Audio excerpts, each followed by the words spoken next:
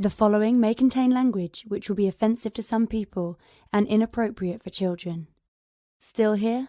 Then pour your favorite beverage and let's get this fucking show started.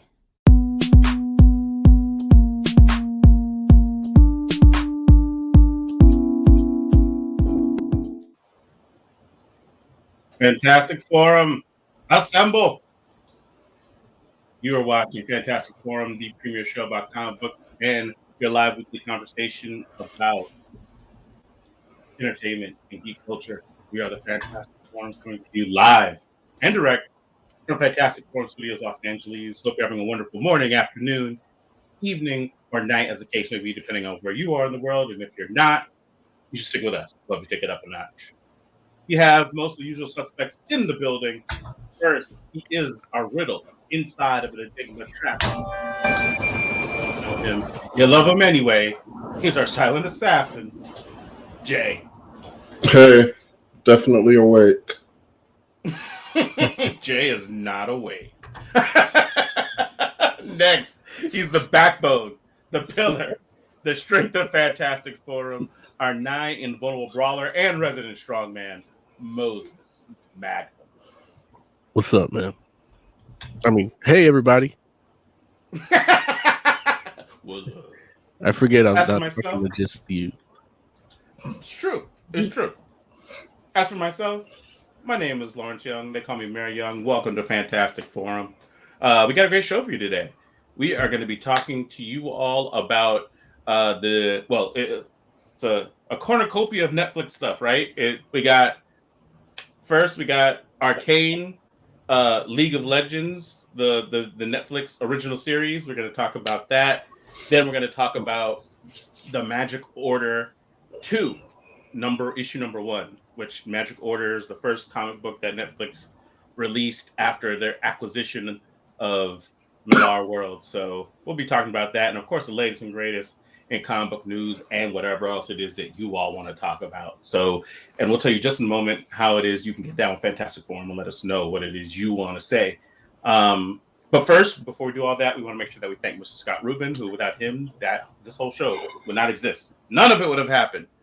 It's like, no, Joe wouldn't have been born. Moses wouldn't have been born if it wasn't for Scott Rubin. So thanks, Scott. We appreciate and you. According to my mom, it was a good lay. Damn you, Scott. Indeed. So yeah, why don't we go ahead and let you know how it is you can get down with Fantastic Forum.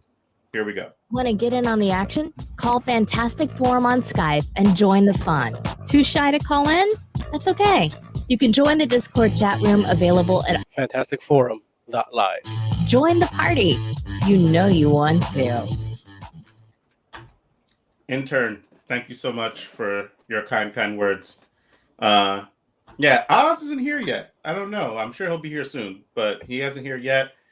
So we'll hold it down for him until he gets here. Hopefully that'll be sooner than later. You know who is here?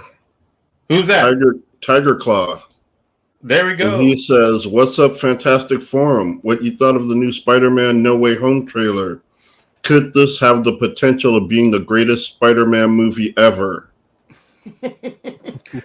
Moses Magnum, as our resident biggest Spider-Man fan, and you know the person that's probably most invested in this movie, or maybe not most invested, but maybe the one of us that would want it to be good the most. Do you feel like this potentially could be the greatest Spider-Man movie ever? It looks like it. There you go. I watched it, and then I ran into the bathroom because I started tearing up, and I didn't want Emily to watch me tearing up. And then so I tried watching it again, and then I had to run into the bathroom again to hide my little misty eyes.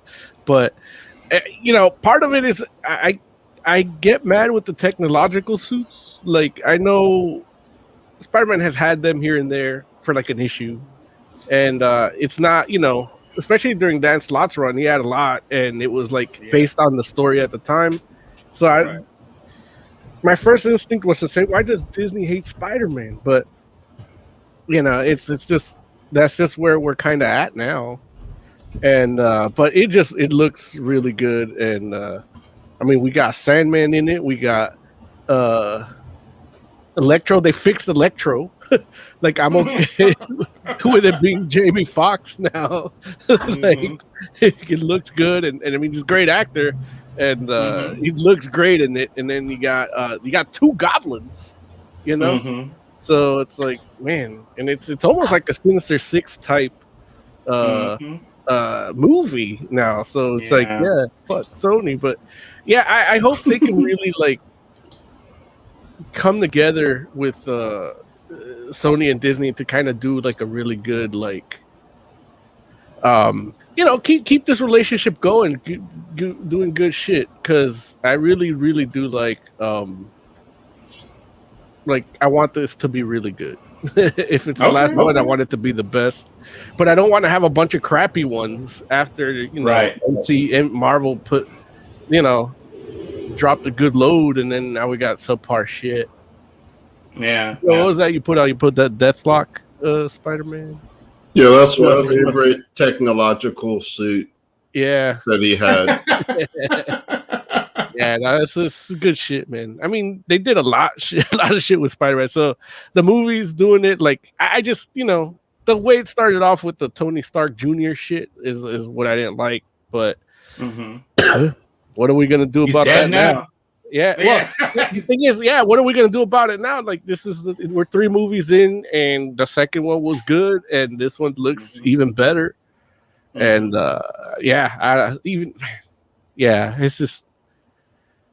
it's just like even him talking to Otto Octavius and then kind of laughing at the name because he's never had a Dr. Octopus, and but then like seeing like they're all destined to die. You're fighting the ghosts of Spider-Man's past, like before ever fighting them. That concept alone is like, man, it's like this Peter Parker's like biggest adventure, and aside from and he was in Infinity War and Endgame, and it's earth-shattering for him. That's kind of the spirit of Spider-Man within the greater Marvel comics universe. That's how this feels like in the grand scheme of the cinematic universe too. So it's like it feels like right on point. Now, this is just a trailer. They could just fuck it up and I'll be mad, but who knows? Well, I'll enjoy the feeling till it comes out. I know I'm buying my ticket on Marvel Monday. There it is. But no, it's really interesting though, because I agree with you where like it feels like in part like it's a little bit of like Revenge of the Sinister Six, and then it's a little bit like what was it? No One Dies? Was that the name of the arc? Yeah, No One Dies. A little bit of No One Dies. Yeah. And then in this trailer, like they kind of make it so like, at first it feels like he was like, he went to Doctor Strange for help, and now he's like kind of like pitting himself against Doctor Strange because Doctor Strange is like, no, man, this is how it has to go. And I think there's 2 Doctor Stranges in this.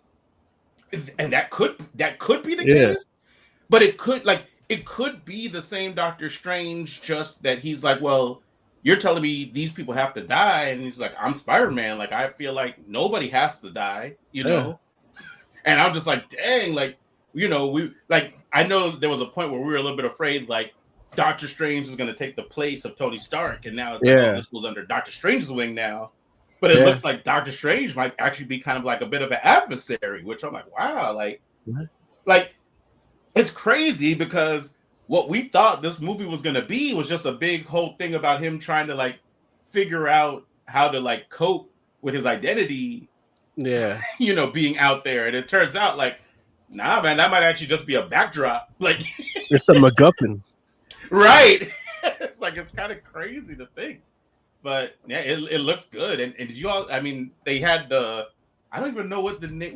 Well, first of all, I should also mention, Jay, your suit that you just put up there that you're like, oh, that's my favorite. They literally just came out with a Marvel Legends of that figure, of that version of Spider-Man. Oh, nice. I feel like it happened earlier this year, and and that joint, like that arc. That particular arc was such a like cool time for Spider-Man for me. Which I wasn't even collecting. Well, you know what? No, it's not true. You know what it was? Was that Spider-Man, and this is how you know, like, this was the thought back in the day where, I think earlier we were talking about how Spider-Man and X-Force had like one of those sideways issues. And I feel like after I was reading the Spider-Man issues from that X-Force, I just kept reading because I was like, oh, I'm interested in what they're doing in here. And I feel like that story there is actually like relatively right after that, because I think 2 issues after, I think that metal arm is actually like a cast, and I feel like he broke it fighting Juggernaut, if I'm not mistaken. And so it was, it's like it was a good issue, and that's Eric Larson, right? Yeah, I think that did that cover, and I think does the interior art. I think. Yeah, it's so cool, man. Or it's either. I'm pretty sure it's Eric Larson. I guess it could be Todd McFarlane, but I don't think so, right? I think it's Eric Larson. That might have been after his run. Like, yeah, I think you're right. I think that is, yeah. So but anyway, it's like, the movie, the trailer, and they even showed the whatchamacallit. What was that suit? I can't remember the suit. The Spider-Man 300. Yeah, the armored Spider-Man, right? Which was that was what armored Spider-Man was considered back then, because now that Spider-Man with all types of Iron Man armors, right? Like, right now, it smells like the inside of a new car.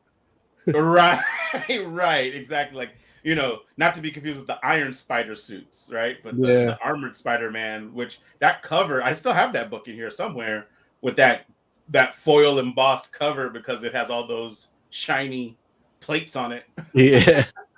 Which, who knows, man? I'm like, did they make the foil embossed cover because of the design of the suit? Or did they design the suit like that because they wanted to have a foil embossed cover? Who knows in the 90s? Who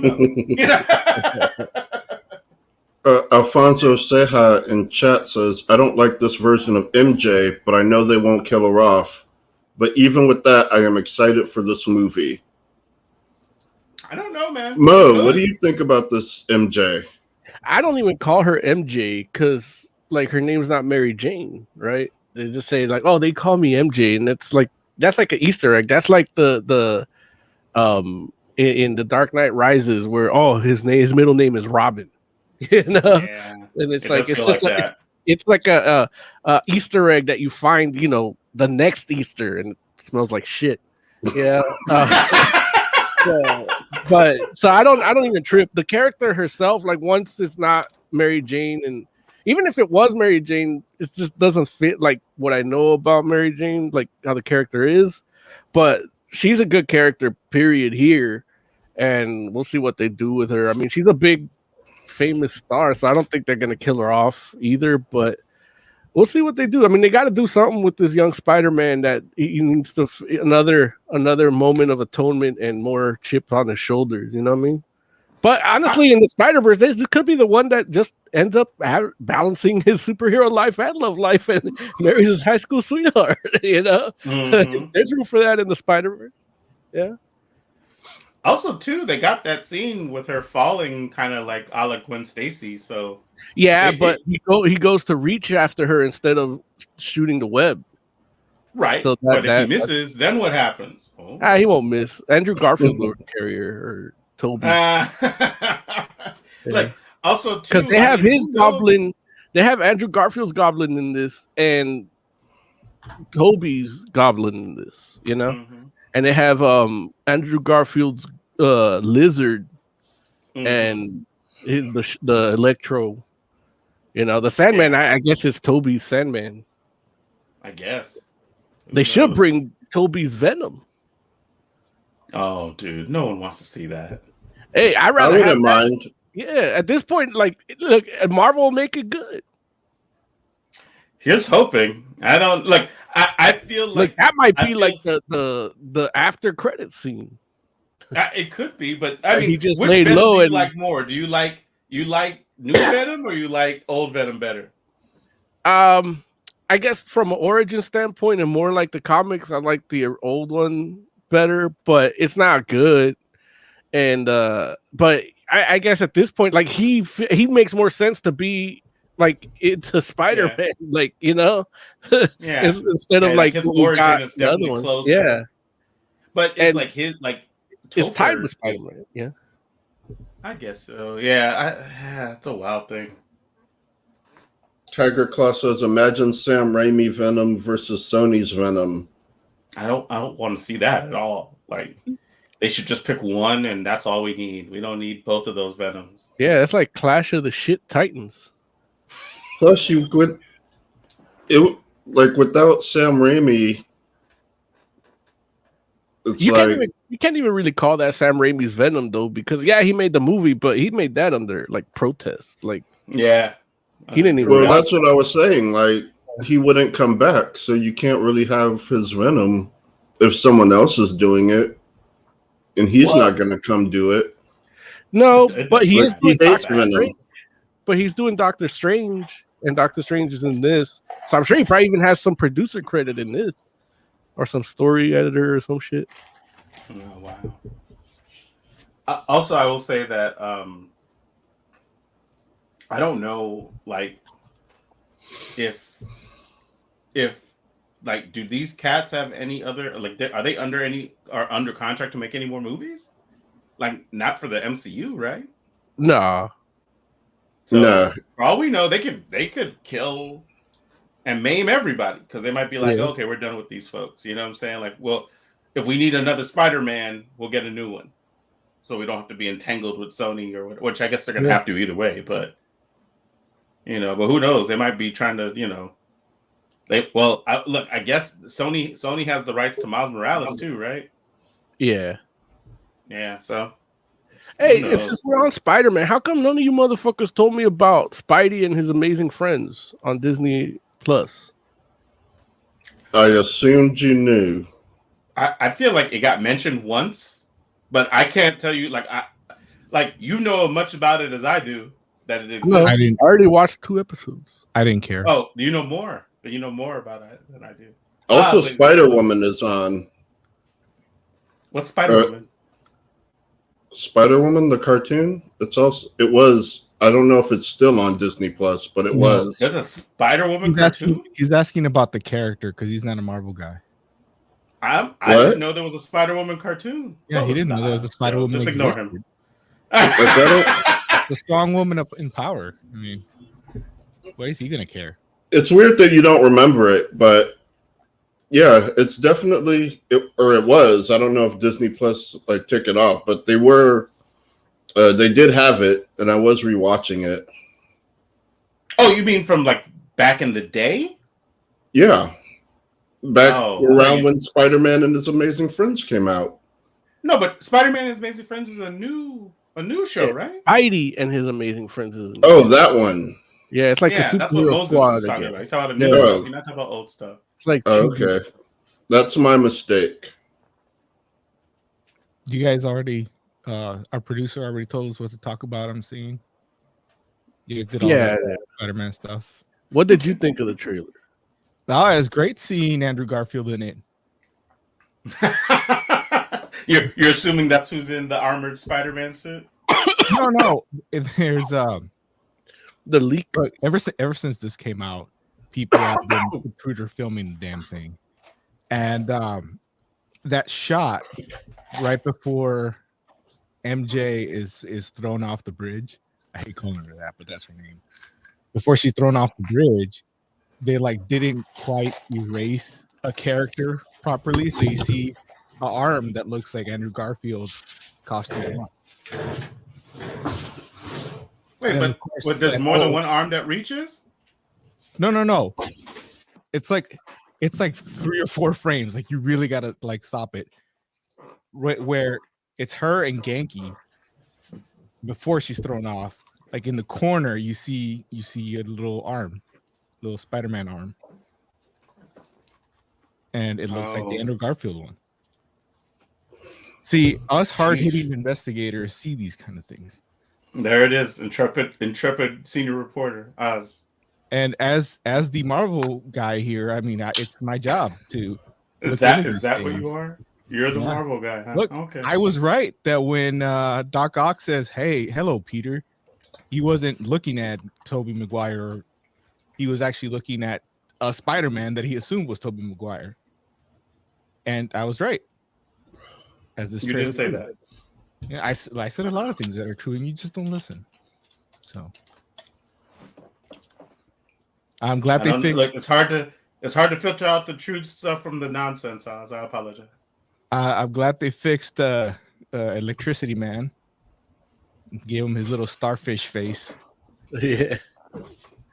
I actually like how they did that. That was kind of cool. It's a good trailer. I can't wait to see it. I was also right about Doctor Strange trying to Pokemon all the villains into that box to send them back to their own realities. I just like to point out He's got to catch them all. he does. And Andrew Garfield, he's like, oh well, that's my Pokeball. And then Doctor Strange de-evolves him. Wait, when what? he hits him, and when he hits him, and he hits Spider-Man and Andrew Garfield, Tom Holland pops out. Too many spiders. De-evolving from his ultimate form to. There are too many Spider-Man. Mm-hmm. Now, did you guys talk about who the sixth of the Sinister Six is going to be? We did not. Okay. You have some speculation? I have thoughts.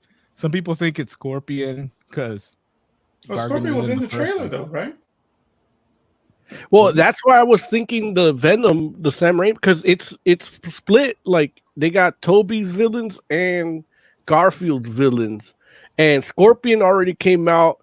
You know, Vulture's not in here, which is a Sinister Six guy. Scorpion is in jail. Wait, doesn't Michael Keaton say something in this trailer? Or he says it in the Morbius one. Yeah, that was the Morbius one. Oh, it's in Morbius. You're right. Yeah, Jeez, man. Golly. And then Scorpion is in jail. Scorpion is in jail in that one, so maybe it'll be Scorpion, but there's one missing of Toby's villains.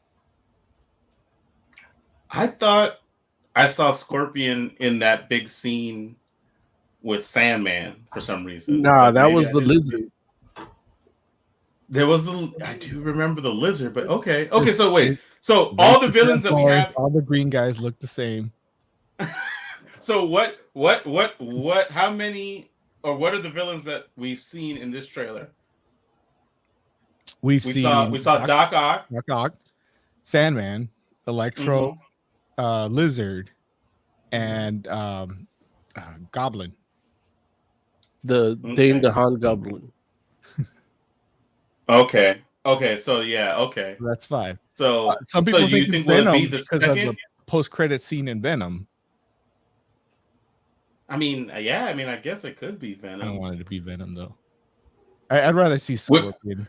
Some people think it's going to be Rhino, which is completely ridiculous.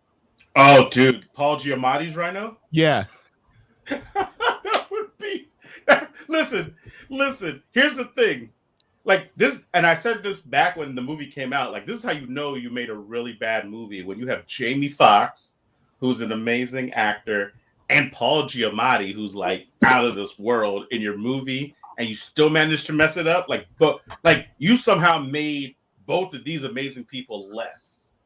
It's like Jamie Foxx already looks like a better Electro in this trailer than he did in the entire movie beforehand. So it's like, if you could mess around and bring Paul Giamatti back and somehow turn him into a good Rhino, like, what if Paul Giamatti came on and he was all buff? Could you imagine? Little. But isn't like Ultimate Rhino like that? Like a guy in a suit?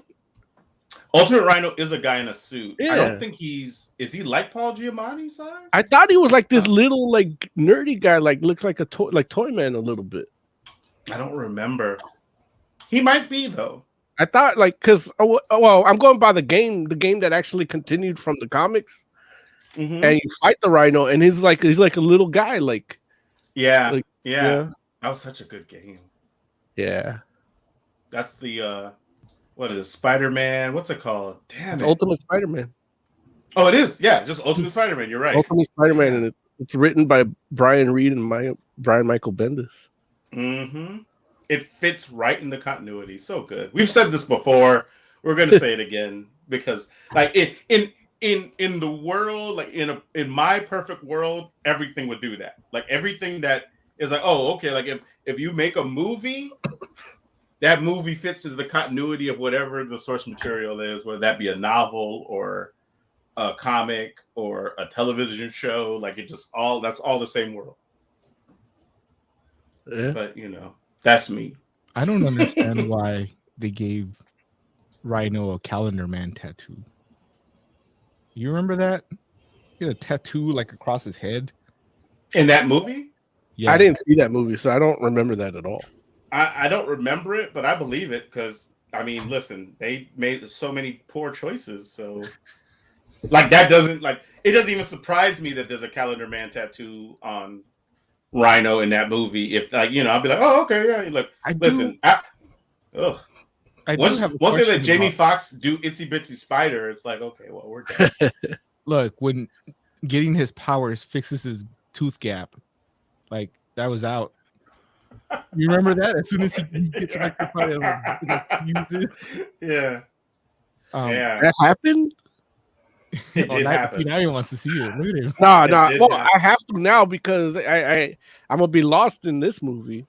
Hilarity. Listen, now I have to watch. There would be very little that would be more fun, Moses, than like we should maybe think about watching it while we're all together at friggin' Comic-Con. that would be a good time. That's when you can bring your I'm sorry. It looks so crazy. Who let Paul Giamatti do this? That fool was John Adams. Damn it. Who let him do it? And he's only got like 3 minutes of screen time, if that. Right. And I don't know if Paul Giamatti was like, you know what, man, they're paying me a ridiculous amount of money to do like next to no work, but it's not like Paul Giamatti's career is so solid that this doesn't hurt him. But I'm just like, remember he was in it. Right. But I'm just like, who, like, did he owe someone a favor? Like, I'm just like, what? Why did this happen? Look at that. Like, maybe even the Rhino suit right there, the little bit of it you can see is like, why? Why? No, but that's not even the suit. That's like the mocap thing. Like that's what they're put it over. Oh Jesus! Yeah. Oh, okay. Look, thank God. Look, that's. But it just showed the tattoo. Yeah. They're like that Rhino suit looks like shit. It looks terrible. Like damn, I remember looking at crappy, but it was crappy as hell. My only question from this trailer is. So they explained that all the villains that were brought in were villains that are destined to die to fighting Spider-Man. And in the movie, they all get killed except for Sandman. Oh, and I guess Lizard. Amazing Spider-Man. Okay. Yeah. Sandman, I remember, like, walks away. Doesn't he? Like, he repents. Yeah. But, I mean... Maybe look, it might not be the same Sandman. It might be a Sandman from another universe. It might be a whole other actor, which would suck because I really like that guy. No, he was great. Like, he would have been fantastic in a movie by himself as Sandman, as the main villain. Yeah. But it's crazy, though, because it's like, it is interesting how, like, they're almost like doing a little bit of, well, I guess I can't say that all the way, but it feels a little bit like they're trying to, like, Dan Slott this movie where it's like, remember all those bad things that happened before? Yeah. I'm gonna make this cool for you. let me tell you why this is still okay. It's like, if you can redeem Amazing Spider-Man 2, man, dude, that's the movie magic right there. Marvel Studios might go down as the greatest comic book movie creators of all time again, like two times over. I think like that's more impressive than Endgame. Goddamn. I think they've already done it without even putting Andrew Garfield in this movie. Look how crazy people are going for Andrew Garfield Spider-Man to just show up, And honestly, if just a portal opens and you see his face walking by, like, what the hell? Like people will splooge all over the theater. I guarantee it. That's all he has to do. It doesn't even have to be Andrew like Garfield so bad. It could just be like old ass footage, like footage from the actual movie of him like walking by and like just looking, and boom, done. That's funny. People just throw money at the screen for no reason. It's true. So sit in the front and pick up the money. Yeah. We got anything that we need to say or need to mention from chat, Jay? Or are we good? We're good. All right, cool. All right. Well, shoot. Look, we got plenty of other shows. That was good, and I'm happy we did it. But thank you, Tiger Claw. Appreciate you, buddy. Should we talk about Arcane League of Legends? Y'all ready to do that? Yeah. All right, let's do some review music.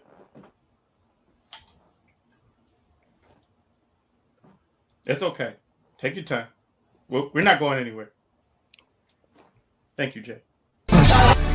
Also, no, more about gel coat. When the fourth round would... Don't you call in?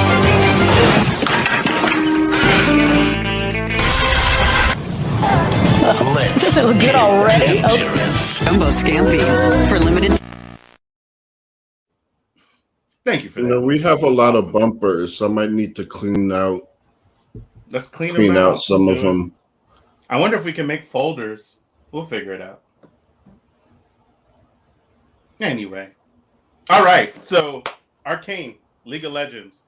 New show on Netflix original series. It's animated television show that features some of the characters from the League of Legends video game. Basically about two cities that are, I guess for all intents and purposes, twin cities. One high-tech, highfalutin, well-to-do people in it. The other more of an undercity with underprivileged people that are scraping by. Classic kind of sci-fi fantasy kind of trope going on here. And it basically revolves around a young lady by the name of Vi who lives in the undercity that doesn't want to take crap anymore. So that's basically the basic premise of this show. Gentlemen, what did you all think of Arcane League of Legends? You know what? Let's start with you, Oz. Did you get to check this out at all? I watched the first 2 episodes. Cool. I feel like that's what most of us did, or at least watch an episode or 2. So what did you think of what you saw? Sorry, I was getting some sort of feedback. I thought it was fine. Like, I enjoyed it, I guess. I don't know. Wait, stop, man! You're bowling me over with the enthusiasm. I need you to freaking calm down, Oz. God damn! I'm like, oh, continue, please. It is like I feel like now I have to say it's just okay. After that, I mean, is that how you feel, or did you like it more than that? I liked it. It's fine. I watched the first 2 episodes. How many are there? Like 6? Yeah, there's 6. 6. So yeah, I'll get through all of them. It's just I think I expected a little bit more. The way I saw people going nuts for it on my Instagram feed and seeing all the art that people were doing for the characters, and I don't know. I expected more, but it's a solid show. It's not. There's some characters I have issues with how they look, but that's the aesthetic of the game. So it's not a huge complaint, and the animation's fine. The acting in it is great. The story is compelling. I don't have a lot of complaints. It's just not, I think I just had a higher bar for this, and that's really all my fault, and I should put my phone down. Stop looking at Instagram. I mean, you feel like you might have gotten a little bit overhyped by the other people that were in. As I should know by now that if I stop looking at the pictures on my phone and look at the real world, I'm just gonna be disappointed. So, you know, I gotta stop looking at one, and unfortunately, the real world can kill me if I don't look up. So That's fair. That's fair. Jay, what did you think of Arcane League of Legends?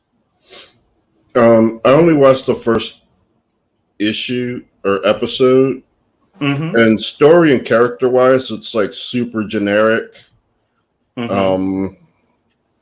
the action was really good, and the aesthetic I really enjoyed. Like, I think it looks great. Okay. Just the characters and story are super generic. Okay. No, that's fair. That's fair. After one episode, I could definitely understand where you're coming from. Moses Magnum.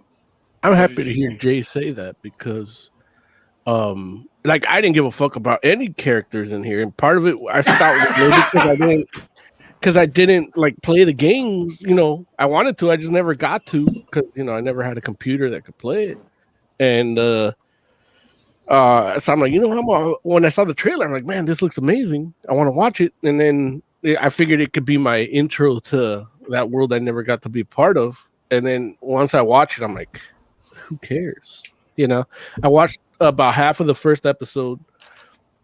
And I wasn't gonna watch it, the rest of it, Larry, until I talked to you this morning when you're like, I watched the first one, and then I'm interested in the second one. And like, okay, and I'm like, I'm gonna give it a shot. I'll at least finish the first one and then get to the second one. And then the second one, I started getting more intrigued. As far as the art style, like that's one of the things that I liked about League of Legends from afar is the design. And that's like even like the choices they use for weapons and augments and power ups and things like that, and creatures, and I'm like, costumes, and I'm like, dude, like this shit looks amazing. Like, why I wish I could play it one day, and then and I never did. And so here it's like you kind of get that too. It's like from what I've seen in the past, and this is not a huge departure, so I kind of get that visual stimulation that I like. As far as story goes, the first episode definitely felt very like, why am I even doing this? And then the second one was a little better, and I would probably keep watching it. I'm not gonna, but I'll probably keep watching it. That's fair. Only because I really like stuff like that. I only watch if we're gonna talk about the show. Whatever I get to, and then I just go back to watching Frasier reruns. So let me ask you all this question, and just real quick, let's go to the 4 screen because I want to ask each of you, and you could just give me a quick answer. Which Mo, you already answered basically, but have either of the other of you have any of you ever played League of Legends? I haven't. I played a little bit of it, but but not to the point where you get like into the lore or anything like that, right? No. Okay. No, and just for the record, nor have I. Like I played in the same way that you probably have, Oz, where I've known people. Like the crazy thing is, like when it comes to League of Legends, I remember talking to like at E3, in the All Games days. Like I remember being in a bar with one of the dudes from Riot when Riot was like just the tiny company. Like no people didn't know what Riot Games was yet. And he was like, yeah, we basically only make one game. And I'm like, oh, what is it? And it's like, it's called League of Legends. And I'm like, oh, I've never heard of that. And he's like, yeah, it's a MOBA. And I'm like, what is a MOBA? Because that was how early, like MOBA wasn't a genre yet. And he's like, or at least not, in the term that the industry at large had accepted it. He's like, have you ever heard of Dota? And I'm like, yeah, I've heard of Dota. Huh? You should have been like, MOBA. What'd you just say?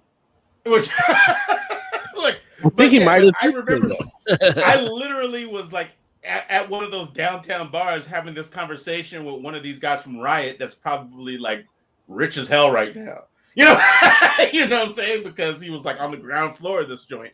But I've had a lot of respect for League since that day, just because the guy was so passionate about it. And you know, Riot Games as a studio is like I've had a lot of respect for them because I feel like, or at least for the passion they put behind the games, because you know I can't speak for everybody at the studio and the way they conduct themselves personally, but what I can say is as far as like when it comes to League, you know, they're super passionate about League, and you know, but anyway, what I can say is this: is I don't know anything about League of Legends lore wise, but I went into the show like interested because I know how big of a fan base it has. And watching the first episode, I can totally see where all of you are coming from, where it's like, you know, feels like something we've seen before. Like it has a lot of tropes in it, 100%. And then the it doesn't surprise me that when you know those of you that watch like episode 2 are kind of like, you know what, it intrigued me, and it's like I would consider, you know, watching more. I know for me, like when I got to the end of episode 2, I was like, oh wow, like okay, like this, like not only do I feel like I liked the first episode, but I did feel it was basic in some ways, and especially like in the beginning of the first episode, I was like, they make some weird choices that I'm just like, why? Like, I understand the art style of the game is this, but I'm like, I'm not sure how well that art style necessarily translated to 3D. And like, because it almost has like a 2.5D kind of feel thing to me, you know, where it's like it looks like a moving painting, right? Which is a cool thing, and it's like as a trailer. Like, and I feel like, you know, like when they do like story trailer kind of stuff, like lore stuff for League of Legends, they do it in this style and it works for 2 minutes. But if you're going to watch like a half an hour of it, I'm like, I don't know if this works. But I was wrong because it does work for me, at least. Like it weirded me out for like maybe the first like 4 minutes. And then I was like, okay, I'm invested as far as like, I want to see where we're going to go with this. And it's like, yeah, it feels very generic, but it's working for me, at least. They also did a weird thing in the beginning too, where they were like doing weird kind of, what's the term, Mo? You know better than I do, where they, like the different focuses, like they're changing the focus. Diopter focal lengths. Like, sure. But it's digital, but. Yeah, right. But in a movie, like in live action, it'd be a diopter filter where it focuses in one image at a different distance than the other on a different side of the same lens. Right. And it did that a lot in the like initial kind of thing. But I was like, you know, like that's a strange choice, but it only did it right in the beginning and then it stopped, which I'm like, okay, cool.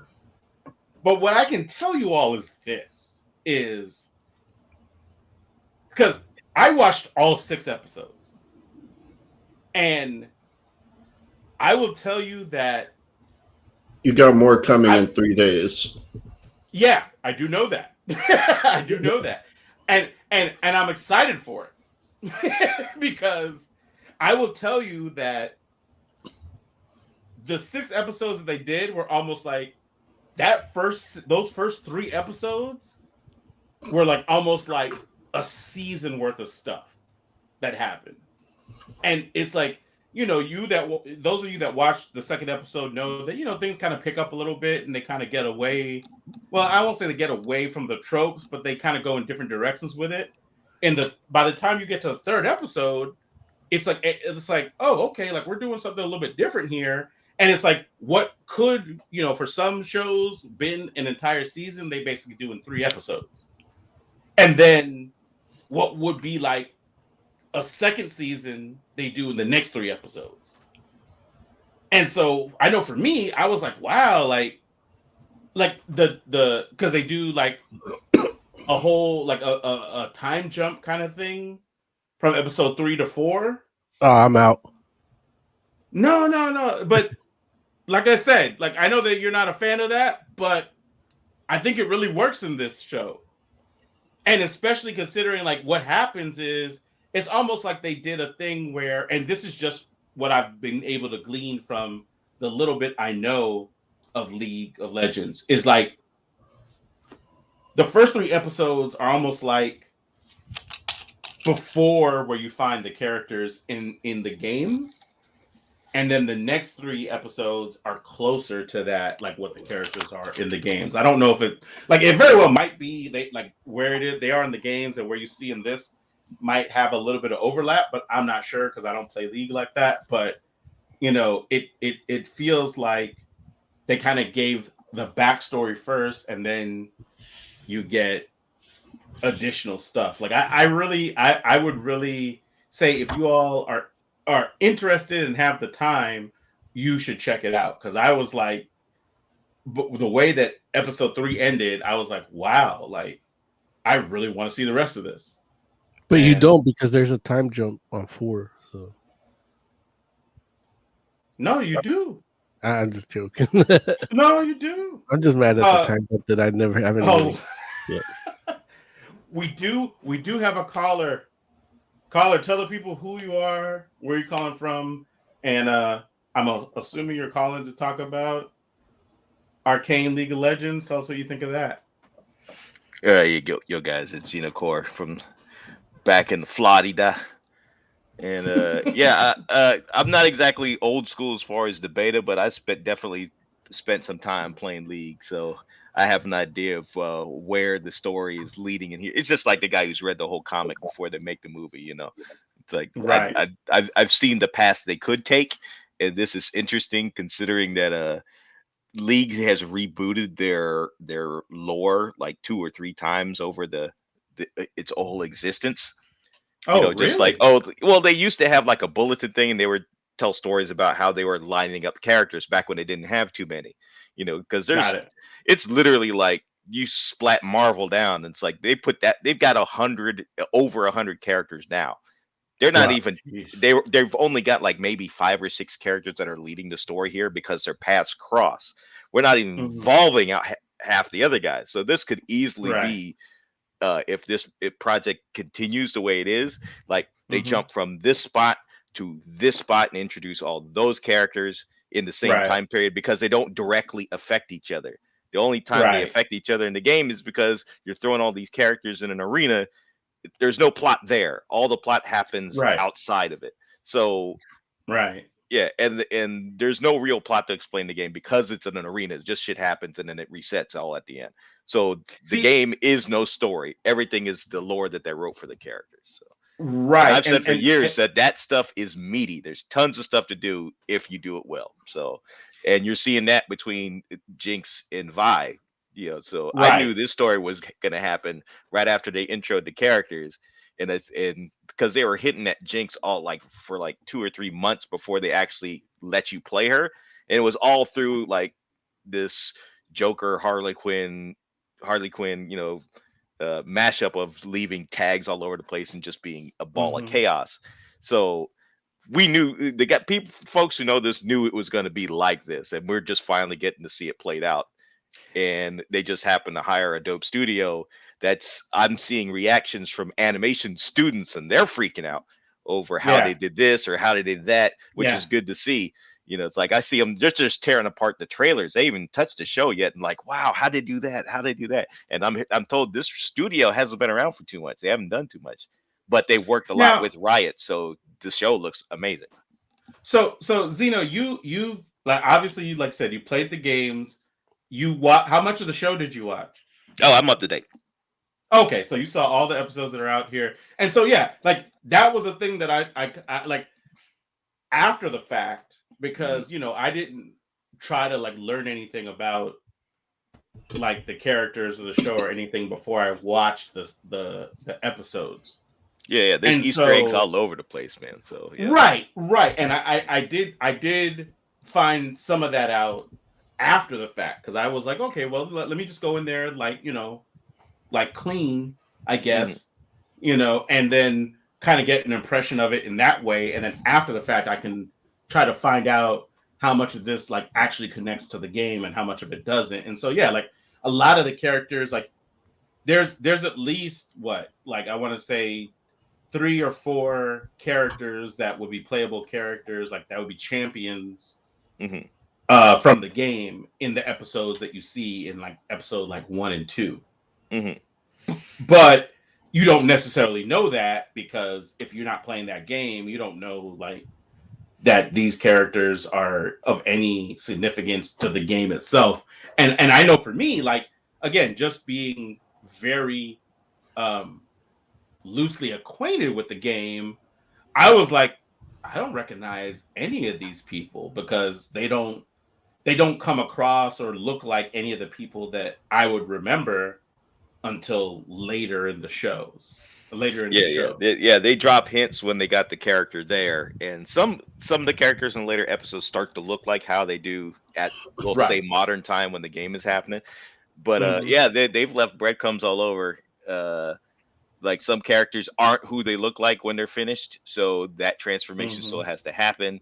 But like, if there's one thing I can highlight, it's that they finally got some female heroes that look like they can actually hit somebody and it would hurt, because Vi looked like a thief. So you know, like, and the mocap of her being a boxer, it's like, yo, that's perfect. That lines up exactly, because when you zoomed out on the game, you can't really see that much detail. But she fights with her hands, so you know, show her, you know, getting into peekaboo style and stuff. Was like, all right, cool, you know, and then Jinx with her aim, and Caitlyn with her aim, and Jace with his chadness, you know. So there's lots of stuff there, and I'm just waiting to see what they're gonna do with the donger, man, because they've been pissing off Heimerdinger so much. I'm waiting where they're gonna show him what he's like in the game. That's gonna be a hoot, because that's hilarious. I'm sorry, there's a dong? Yeah, no, Heimerdinger. The main character of the council, Heimerdinger, you know, short little fuzzy dude, little puppy dude. Supposedly those cute one. That group of people are like super dangerous. Yeah, well, no, specifically, there's a player from mainstream, Indignitas, when the game first started. Guy goes by Cutie Pie. He was a professional ADC. Well, yeah, unless you're in the streaming scene, you'd never heard of him. But I mean, he's a carry, so he'd be playing characters like Caitlyn and Jinx and all that. But he was famous for because he was picking Heimerdinger was a meme pick, because he was considered bad and everything else like that, and he crushes with that character. So it made him, and he'd always just nickname him the Donger and mispronounce his name. So that character is famous just because that dude loved to play that character in a bad position and whoop everybody's butt with it. So yeah, so once he actually starts going, I want to see him go live in the show. We got 3 more episodes, so I'm hoping something happens. I can believe that he's gonna go off, because just when he shows up in episode 2, like, all he says every time is, "Look, I've seen some stuff." Yeah. You know, let me tell you, I'm the only one sitting here at this table that has seen some S go down. Don't mess with He's like a Yoda, but like, he doesn't need a cane to walk. Like, he's still nimble. Yeah, it's like Heimerdinger is part of a race of characters they made called the Yordles, and they're not even touching what those guys are like, because they're all mad something. Like, you're only seeing Heimerdinger. You haven't seen the other one that's in Piltover, called Ziggs. He's a mad bomber. What bombs at midnight? So if you can imagine Heimerdinger just being straight science, imagine somebody who just likes to throw bombs everywhere at the same level, and that's the other dude, and they haven't even touched him yet. Like, that would take too much away from Jinx, because Ziggs is a whole other one. But Jinx is adult powder, right? Yes. So she gets away from throwing the pipe bombs that don't work. Well, we don't know how this story is going to end, but I don't think it's going to have a hard finish with like people in jail. I'm thinking, you know, it's going to be comic book to where, you know, the villain gets away to fight another day kind of. No, I get it. You can't finish hard when Donger hasn't done his thing. That's true. Yeah, that's Ziggs right there. He's the other one. Yeah, that's one of his skins. But yeah, all he does is throw bombs everywhere, and he's got one on his back that he throws, and it fills so much space when you throw that thing. It's ridiculous. I could talk about Ziggs all day. He's too much fun. He's slow as hell, but he just throws explosives and it annoys everybody. It's great. And then there was a nod to another one that everybody hates that you can buy a hat for called Teemo. If they ever put Teemo in here, you will see they'll probably start thumbing it down just because Teemo gets so much hate in the game. Now, why is Zigzags? Why is he not hairy like all like the male Yordles have hair. All the females do not. So. So. Oh, Zigzag's a female? No, Ziggs is male, but he handles explosives a lot, so he's a bit singed on the ends. So. That's hilarious. No, one of his abilities, he throws a satchel bomb on the ground that he can use to move around quickly because he can't move. So you throw it on the ground and detonate it. So yeah, he's always in explosions. He ain't gonna have no hair on his body. Yeah, that's the scary one. So that's the scary one. Yeah, that's the guy with the maps. No, that's the Rambo in the bushes shooting poison at you, and you just fall over dead because he lays mines everywhere. So once he gets to a certain point in the game, it's unsafe to walk if you can't see what ground is in front of you because you'll just step on shit and get killed. It's ridiculous. No, like at the dog park. Got it. Yeah. But yeah, they can't put him in there either. Yeah, they can't put him in there either because they'll take away from the main characters. But they have characters like this, like the Yordles have their own spot where they stay. You're not even talking about Demacia. They're not talking about Noxus. They're not talking about Bilgewater Bay. There's a whole bunch of stuff they're not touching on, and they all got their own groups of characters. And that was the whole thing where I was like, okay, after the fact, when I was watching this stuff, I was like, okay, so how does this stuff how does this, what I just watched, relate to the game? And I'm like, okay, obviously League of Legends has its own world, literally a continent with different places. And that goes right along with what Zeno was talking about, where it's characters that live in the same place, obviously their paths may cross and their stories may interconnect. Mm-hmm. But when you're talking about people on the other side of a continent, they all have their own stories that are their unique stories. So it's we got 3 more episodes that are gonna air that are probably gonna still be in this whole it's still gonna be in the town. What's it called? It's Piltover and Zaun. Piltover is literally that's like Chicago being the second city. Piltover is built on top of Zaun. That's why I get that set. Right. Yeah. So Piltover and Zaun, these next 3 episodes are still going to be in that city. I don't see them going anywhere else. It's going to be they're going to finish that up in the street. But if we have a season 2, it might be they could easily jump completely different place with a completely different set of characters. Yeah. But even just with what they did, this is the thing that kind of impressed me, where you had these characters, and we basically had 2 sets of characters or 2 stories that were being told in regards to Viv and Powder, and then you had the other side of it with Jace and Caitlyn.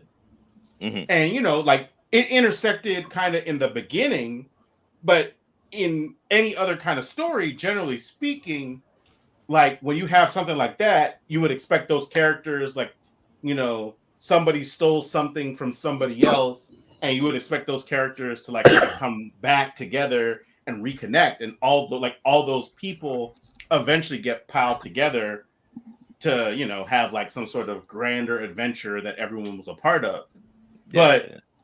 This story didn't do that. It actually the 2 sets of people that I had mentioned, it's friggin' Vi and Powder had their own story, and then Jace and Caitlyn had their own story. And outside of that initial kind of event kind of thing with the stealing thing, it's those events so far have kind of or at least not so far, but for the most part, were on their own tracks. And one of the previous characters is coming back, who just made some small cameos. I think he will. I don't want to say who it was because that might end up being a spoiler. But a character we saw may end up coming back, aged up as well, and that would be interesting. Let's see here.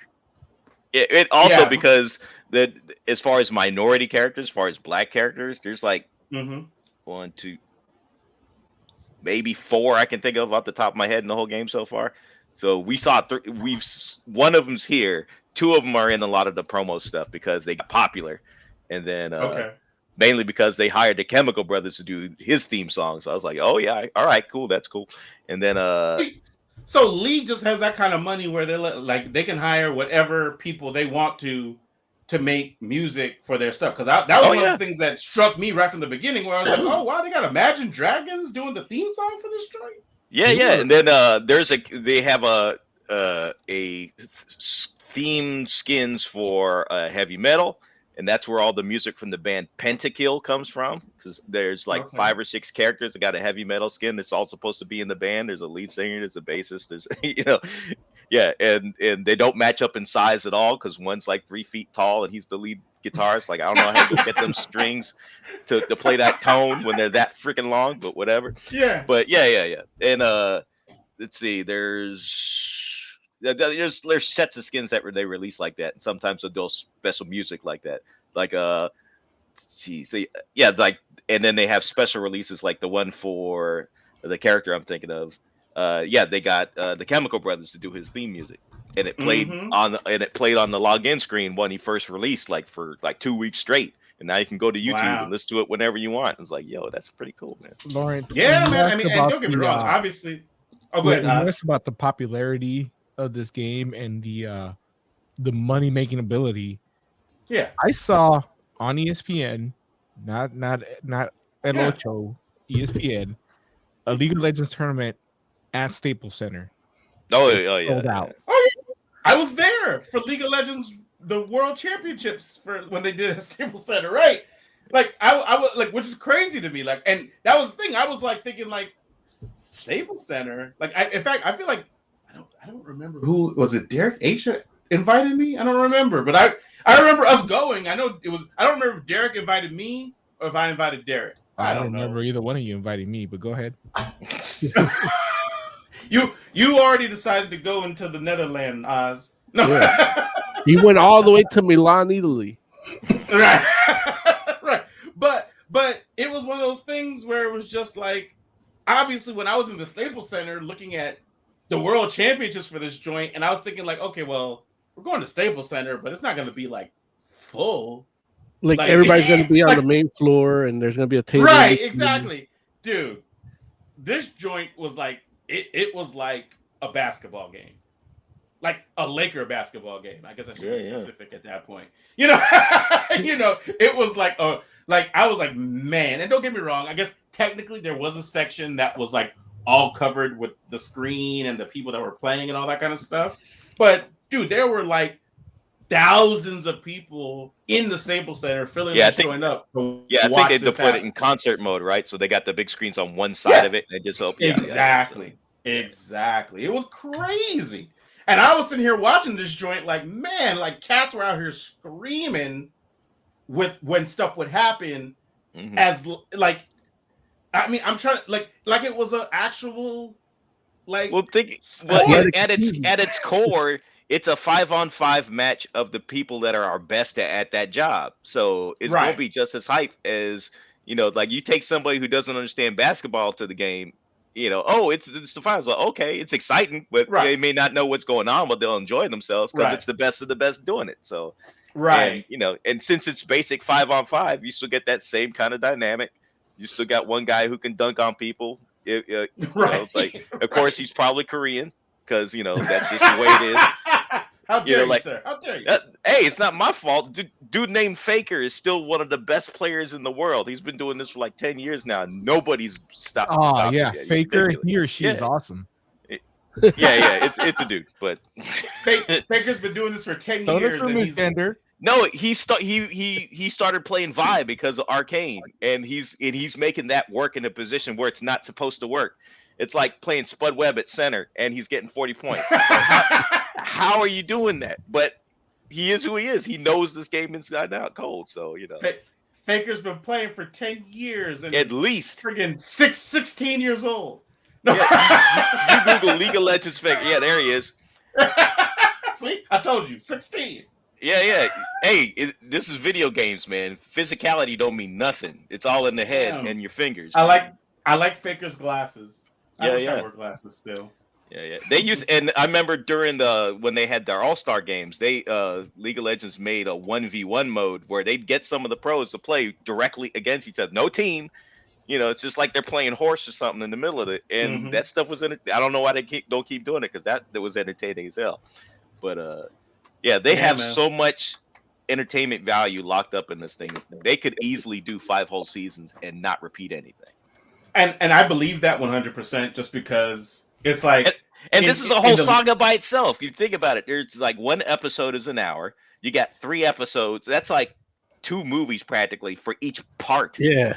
So you're getting 6 movies worth of story about the same characters. That's one saga by itself. No, absolutely. That's like what I said. Like 3 episodes felt like a season for some other shows, like what they normally would have done as far as like character arcs. And I mean, I personally, like, I really, really enjoyed it. And like, for those that are listening, I would strongly suggest you all go ahead and at least watch like the first 3 episodes. And then from there, if you are an emotional person and you get to episode 3 and you ain't ready for it, you're gonna be messed up. Dude, I agree 100%. Where I was sitting here like, and that's the thing. Like, this is me as somebody that I'm not invested in these characters. Like, I don't know who is gonna turn into what or anything like that. And so I know, like, and I wanted to be that because I was just like, well, let me, like, I knew League had lore. I don't know what the lore is. And for me, I was like, well, let me just go in and try to experience the story. And by the time I got to the end of episode 3, I was just like, wow, like, I did not know that this is where we were going to go with this. And I understand, obviously, like, if you do know, it's the same way how, like, it's interesting because what I got to experience was like how we talk, we've talked about on the show, where the experience that some of us had when we went to go see Captain America, the Winter Soldier. And, like, being a person where, like, I know what the twist is. I see it coming a mile. I knew what it was before we went to go see the movie because I know I read comics. But the young ladies behind me that were like, when you mess around and he takes off the mask and it turns out that the Winter Soldier is Bucky, and the chicks are like, spoilers. The young ladies behind me are like, oh. and the one girl was like, what? You're like, who is it? It's a girl. That's his friend. Where I was just like, it was cool to be able for me to have that moment where I was like, girl, that's his friend. I was like, oh my God. I didn't even Larry, realize. isn't part of you a little jealous that, like, you don't get to have that feeling like that girl had? I mean, yes and no, because it's like, here's the thing. We got it in the comics. Exactly. Yeah. That's how I feel about it. It's like, I got that, like, at the source, at the root. All of us guys like us are gonna get it on the bleeding edge, like Jay. Yeah. Who is it? Damn it, I'm blanking on his name now. The guy who wrote Game of Thrones. He says, "Now you know what your nerdy friend was crying out 15 years ago." Martin.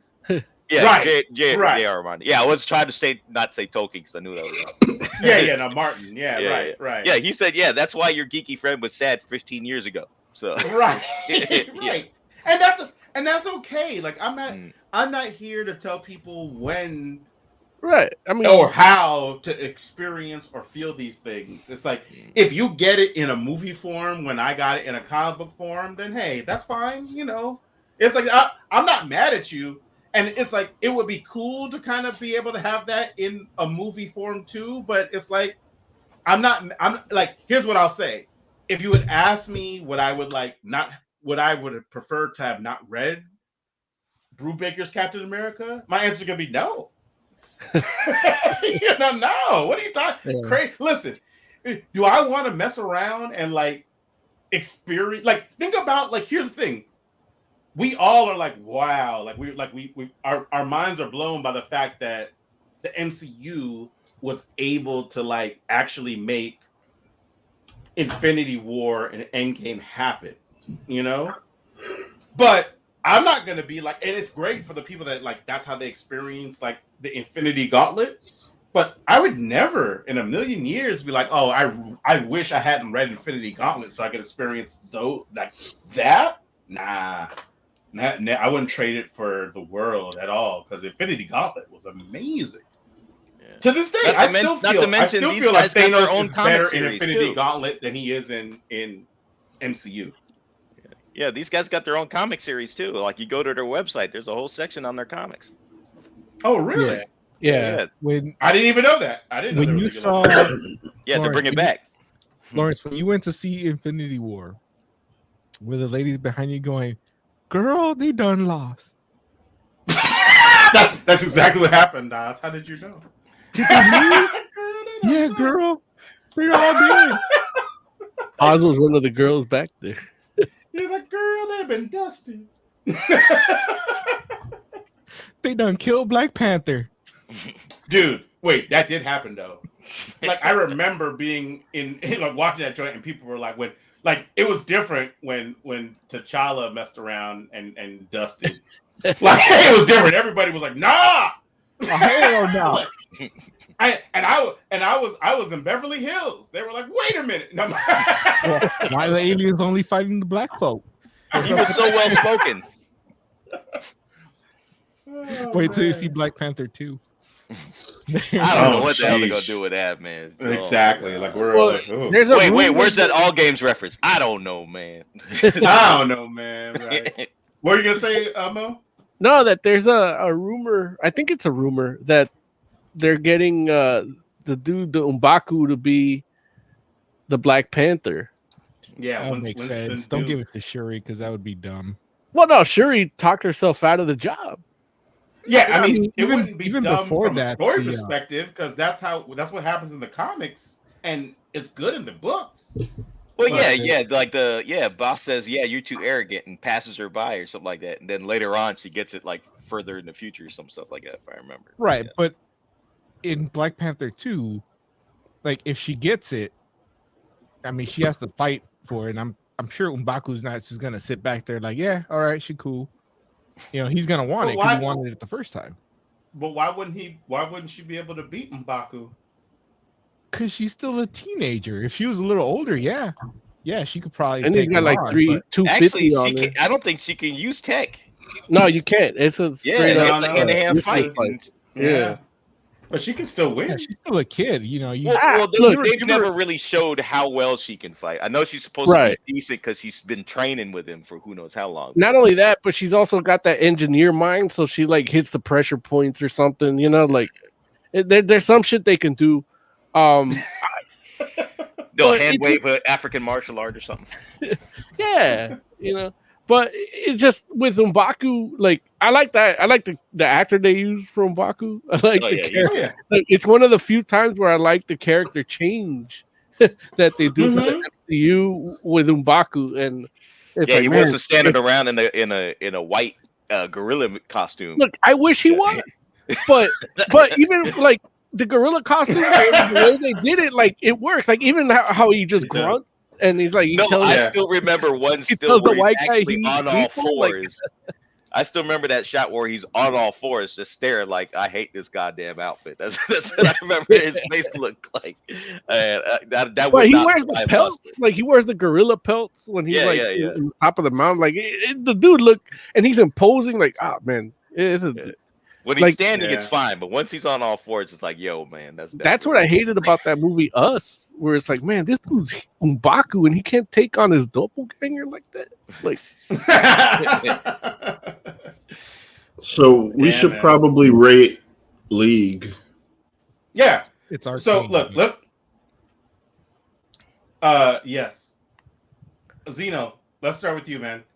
Arcane, League of Legends. What would whenever you rate I rate stuff, 5? I try not just to do stuff. I usually draw it up into criteria and whether it meets or exceeds, 1 stars and 2 stars.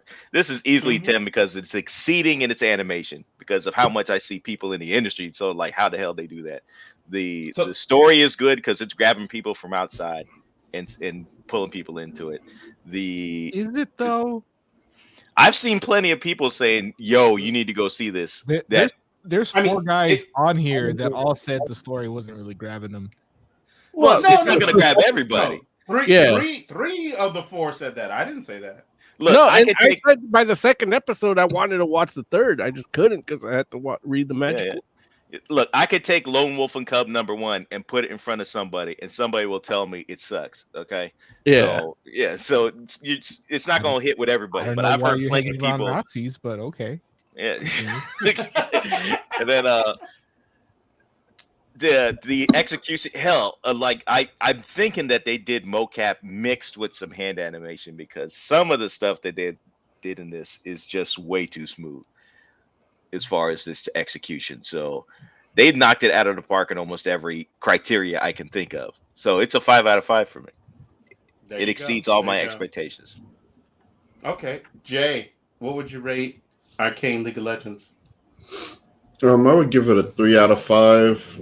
Like I said, I only watched the first episode. The story and characters are super generic, but I love the way it looks and I love the action. Cool. If we put the Battle Pope in there, would it be better? You know, I was never really big on Battle Pope. Oz, what would you rate Arcane League of Legends? I'll probably go with 4, just because, like I said, the animation is solid, the acting is solid, the story is fine. I don't have any real complaints about it, so it's a 4. I'd like, at some point I'm probably gonna watch the whole thing. I'm just, I got a lot of Batwoman and Superman to catch up on. Oh, you bitch! Oh my god! I can't wait to see that. I can't wait to see Donger get hand animated. Oh, this is like, man.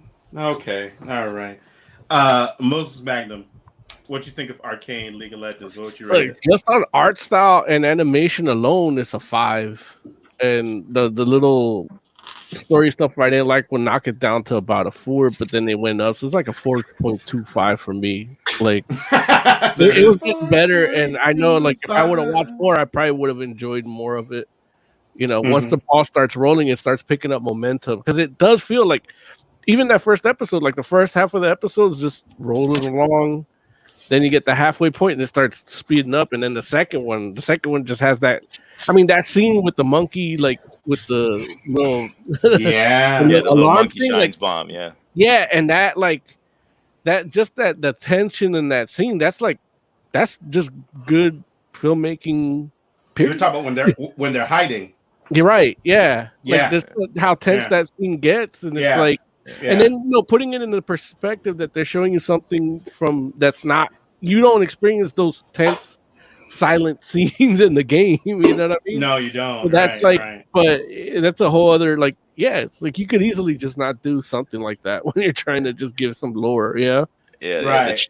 Their choices were magnificent. Like them showing the bomb explosion in episode 3 from multiple angles. Like they show you one, then they go back and show you the other one, and go back and show you the other one. I thought that was cool, because they actually showed you everything that happened when that thing went up. That was kind of cool. Dude, it's crazy. It's crazy. But I will say that for me, this easily was 5 out of 5 for me. It's interesting because I feel like there are some safe choices. Well, there's some strange choices and there's some safe choices they make in that first episode. You give it the second episode, I feel like you'll want to watch more. If you watch to the third episode, I think you'll be hooked, personally. Because I know for me, I went into this like wanting to like it, but initially wasn't sure if this was going to be doing anything that was going to be worthwhile, and by the time I got to the like second episode, I was like, like they're doing their thing here. And so I'm really, like, based on what I've seen in these first 6 episodes all together, I'm just like, this is some good stuff. Like, I'm like excited for what comes next. Like Jay mentioned earlier, that more episodes are coming. 3 more episodes are coming in like 3 or 4 days. I'm excited to watch those. It's 3 days.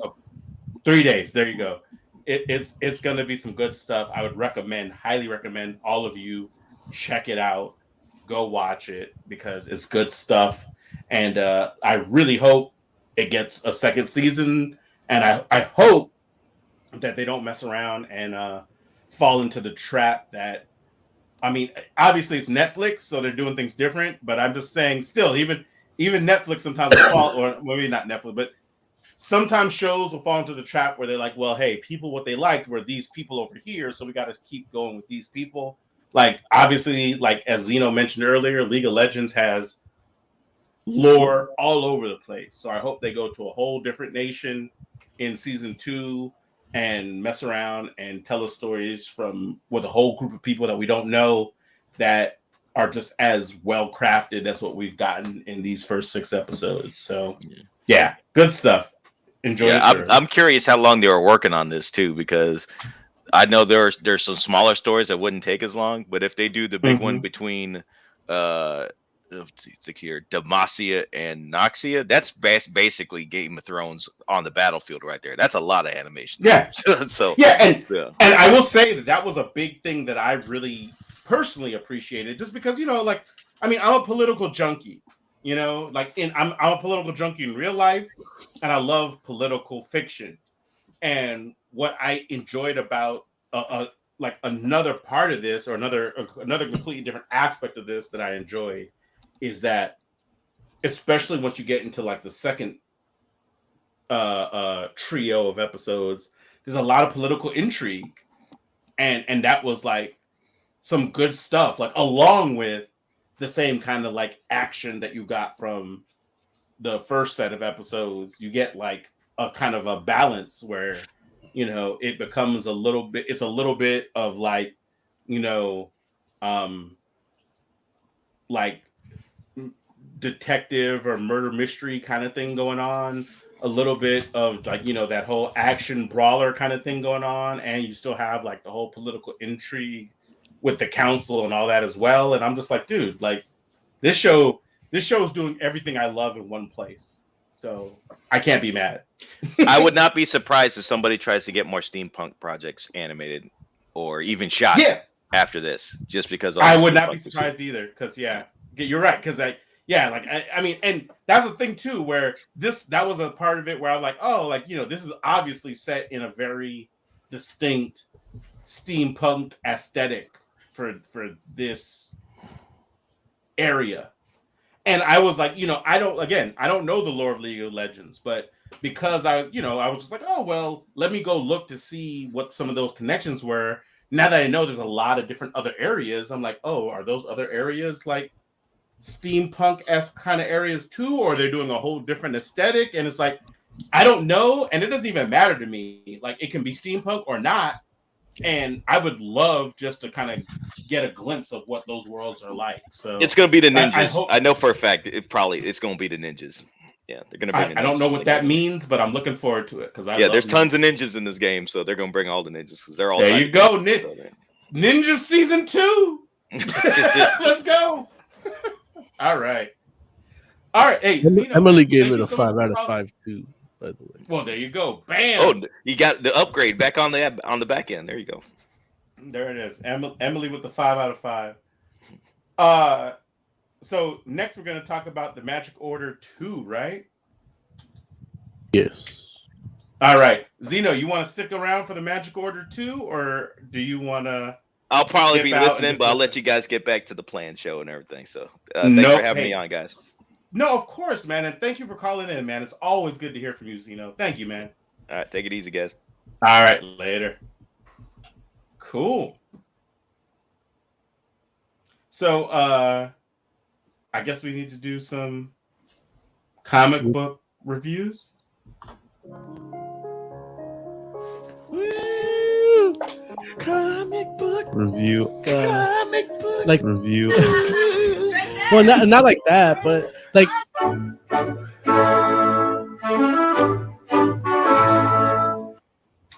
I'm just laughing at the way I said reviews.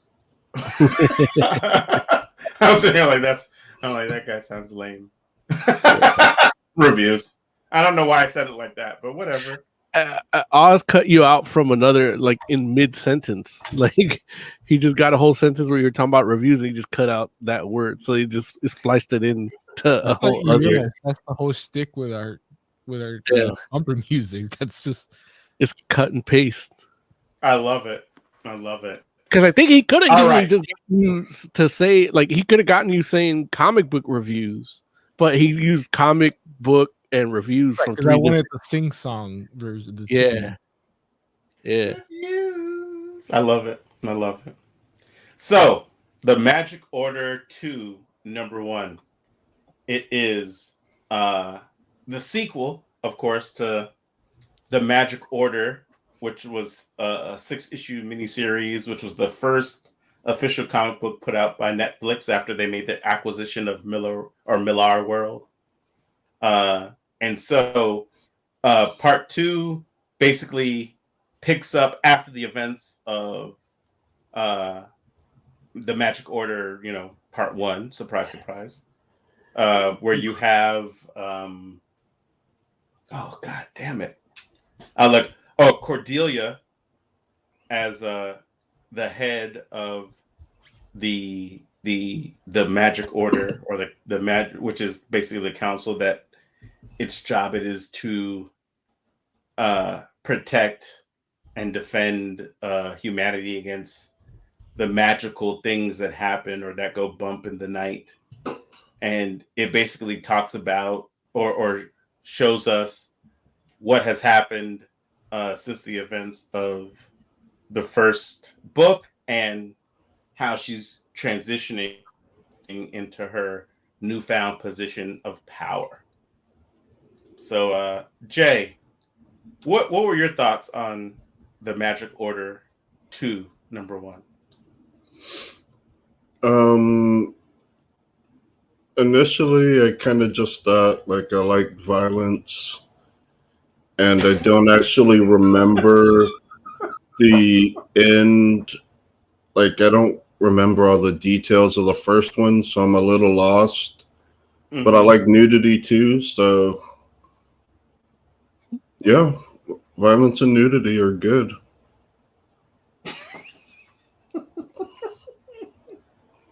Okay, we're gonna let that percolate.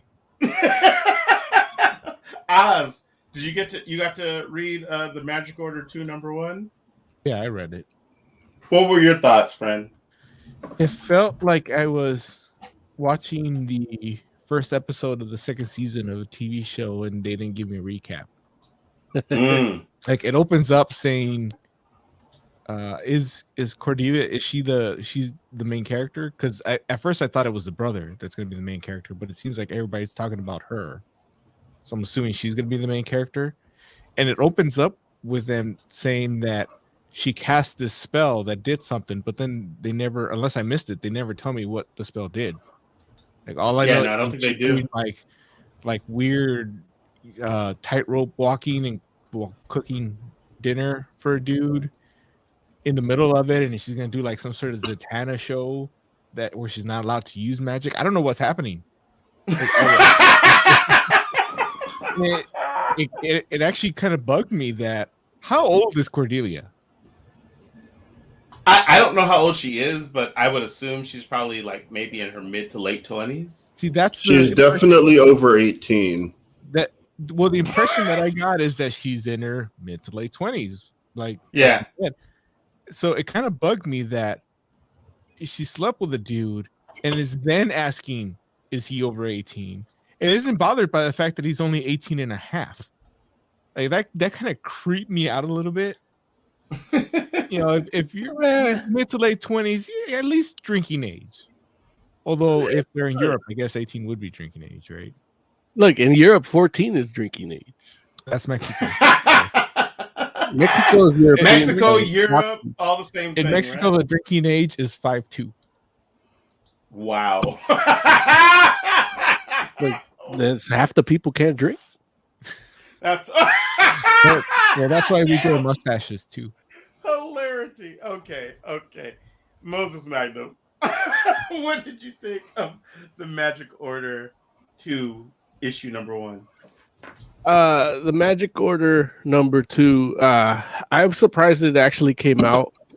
Because it's Millar. I bought Magic Order #1. In fact, I think I bought it a year ago or 2 years ago today or one day this week because my Instagram memories reminded me that I bought the white cover and I never even read it because it's Millar. This shit's never gonna finish. And here we are on the second part of it. And I just jumped right in. And like I said, like he just jumped in not knowing what's going on. And I felt the same way, but I didn't feel like, wow, like I didn't know what's going on and I don't like this. Like I just, all right, I'm starting from here. Right. I don't know if that rogue group of wizards are in the first series, and I assume they're not because of the way the narrative started, where it's like, okay, they established the Magic Order in the first one. Now we're getting the anti-Magic Order, and they're there for me. So I didn't have a recap, but I have their perspective, and that's enough for me right now. Right.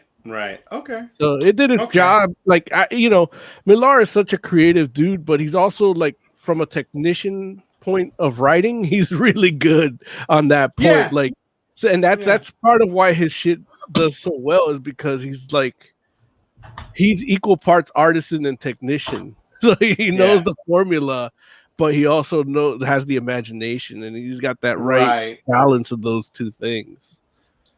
Right. So I will tell you all, like, I don't know if you all remember, but I was really hyped for the original The Magic Order.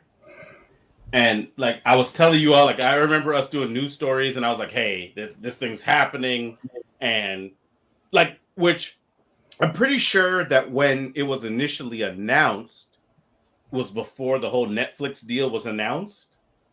So I was just excited for the comic because it was like, oh, there's this like whole thing about like it's like magical families, and it's kind of like, Godfather meets like Harry Potter.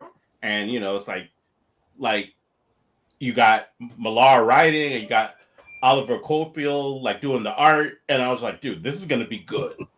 And so, like I not only did I read the Magic Order when it came out, but I reread it when you all were like, hey, we're gonna talk about the Magic Order 2, because I was just like, hey, I want to make sure that I know what I'm talking about, at least for the most part. So, on one hand, basically, everything that all of you all said makes sense to me. Because it's like, you're absolutely right. Like, you definitely, as a reader, Oz or Jay could have benefited from a recap of the events from the first series. However, I also agree with what Mo was saying in the sense that like they were like, hey, that story's done already. We're telling this story and we're giving you what you need to know in this story. And also too, like the other part about Millar that I can respect is and keeping in mind that, this is coming from the perspective of somebody that like I read the books when they came out, and I also reread them before I read this one. I was just like, I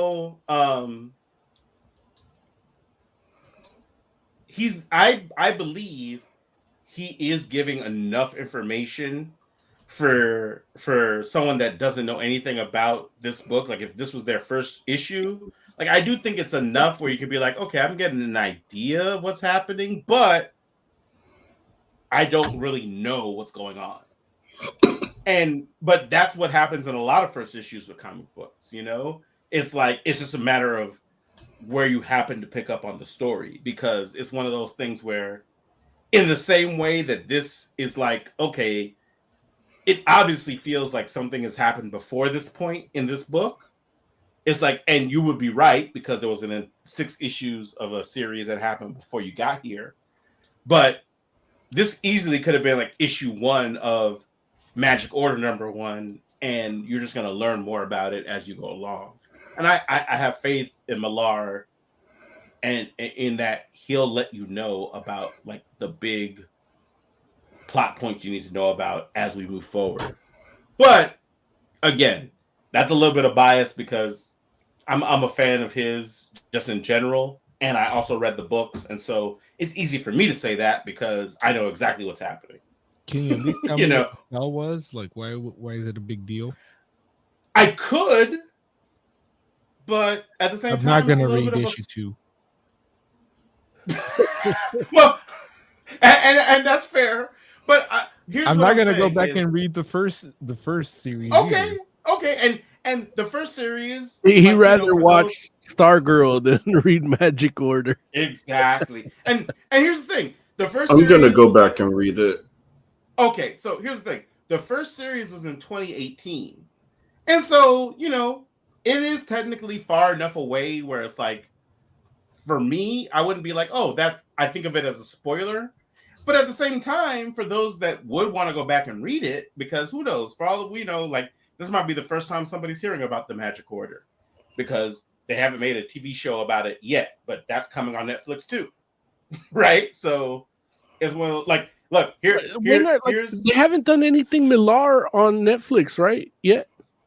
Not yet. No, I feel like just give me the fucking shows already. Well, I mean, it hasn't been that long, Moses. It's been like 4 years. But there was a pandemic. I mean, Super Crooks has a trailer. Like, look, nobody gives a fuck about the pandemic. Why should they? Listen, what I'm saying is this is isn't Jupiter's Legacy Millar? Yeah, but it's like I want more. That doesn't count. I want more. It should.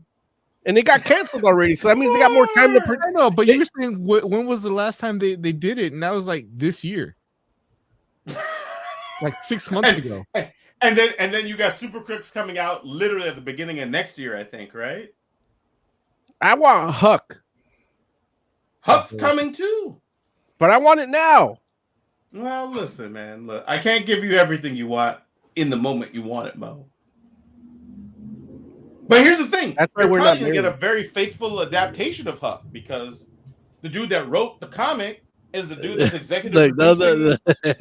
Right, just exactly like Jupiter's Legacy as well.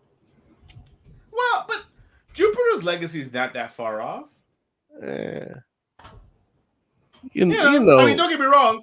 It's different. It is different. I'm not going to tell you it's not different because it is. Because I read them both. I read and watched it, but it has a good feel for what was happening in those books. But anyway, that's neither here nor there. I'm not going to tell you on the show. You want to just text it to me already? But yeah, like I'll text it to you personally. So yeah, not the production text. No, not the production text. Personally, like individually. But if you want to know, but honestly, like the original series is literally only 6 issues, and it's not even like a super wordy 6 issues. Yeah, they're fast reads, just like this. It's a quick read. Yeah, they're all quick reads, and they're good books. And it's like one of those things where it's like you can read all 6 in like an hour and 20 minutes. You're spending way too much time selling this to me. I can't. The more you talk about how great it is, the worse I think it is. Well, here's the thing. This guy that drew it, while he's really good, he's not as good as Oliver Coipel. Oh, in issue 2. Of what? Or in number 2 or Stuart Stuart Immonen is an amazing artist, right? But I agree with you 100%. Like Coipel is better, and here's the thing: Coipel. Look, and here's the thing: it's like you all know me. I'm not the kind of person that would necessarily like. I'm not trying to like. I say that. Well, let me put it like this. When I say that Coipel is better than Immonen, I say that in the sense like I feel like Immonen would say that too. Well, here's the thing: we're not putting them against each other. There's no detriments, or I wish Koipu or Quapel did this instead. I'm trying to sell it to Oz. Like, there's, it's just this. It's easy read and art that he's gonna find better. Just for the record, I wish Koipu had done Quapel 2. I'm looking up compilation art as we speak. You don't. No. Just read it. Look, how do you not know this guy? Like, you should know him. We talk about him often. Like, all the times we reviewed Fear Itself, we talked about how amazing his art was. I didn't read Fear Itself. But you were there when we did the shows. Was I, though? Yeah, you were. I mean, physically he was present, but yeah, you were working at the casino overnight. He was high on Oxycontin. Like, Jay, do you know who we're talking about? We're talking about Oliver Koipu? Quapel. Damn it. Whatever. I don't know how to say his name. Damn, he's so good. He's amazing. Right. Oh, really? He's all right? All right. Look, he's got that mustache. What artist do you like that you think is better than that? Dan Jurgens.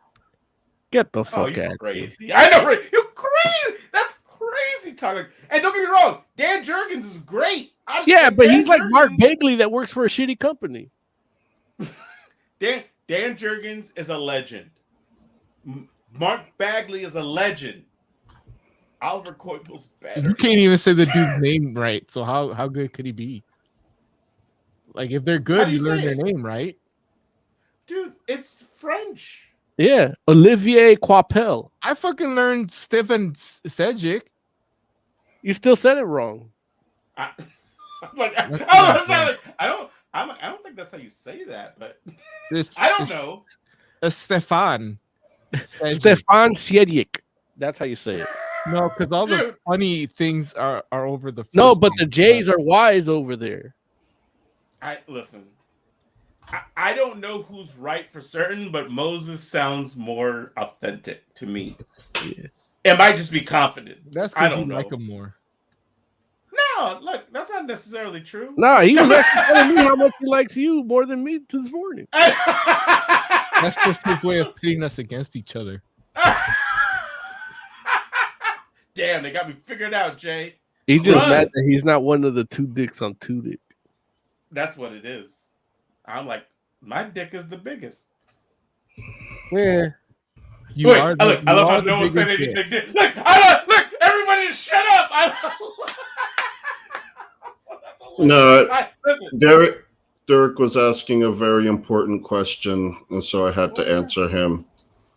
Do I need to spend the time to watch Wheel of Time or Foundation? And yes, you do. And yes, I see. You should actually watch Larry's review of Foundation right here on our YouTube channel. You can hit click. I love how Jay was like, let me just derail the entire conversation, even though I guess technically we're talking about penis length. But the thing is, you were talking about a subject that he's been there, done that, which was your penis. That's hilarious. I'm not mad at that at all. Listen, I will say this. Foundation is an amazing show. You should definitely watch it. It's not the book. Don't go in there looking for that. You're not going to find it. Wheel of Time looks amazing. I can't wait to watch it.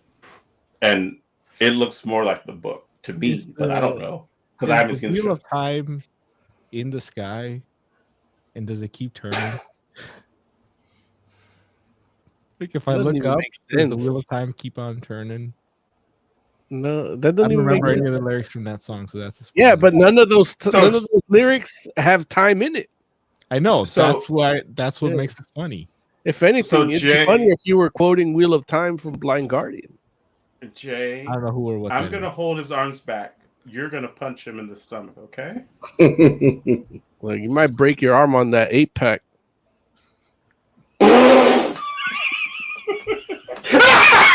Even I had to laugh at that one.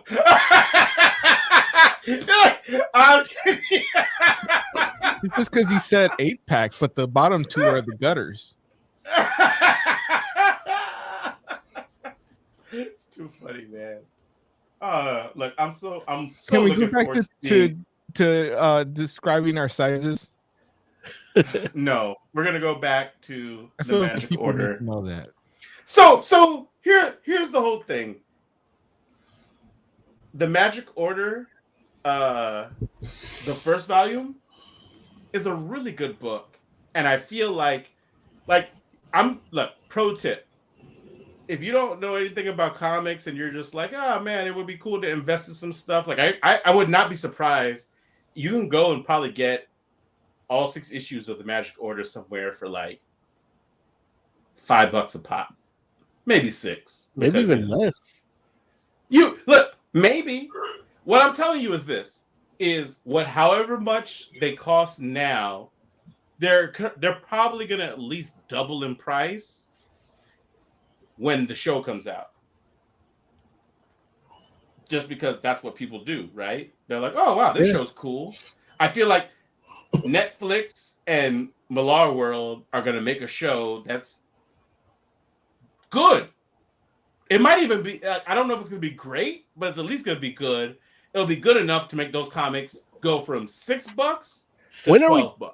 When are we getting the Magic Order show? We don't know yet because it was like there's a no. Relax. There was a point where they were like, "Oh, we don't know if we're gonna do this," and they were like, "Let's stop production," and then they brought it back. So it's gonna happen.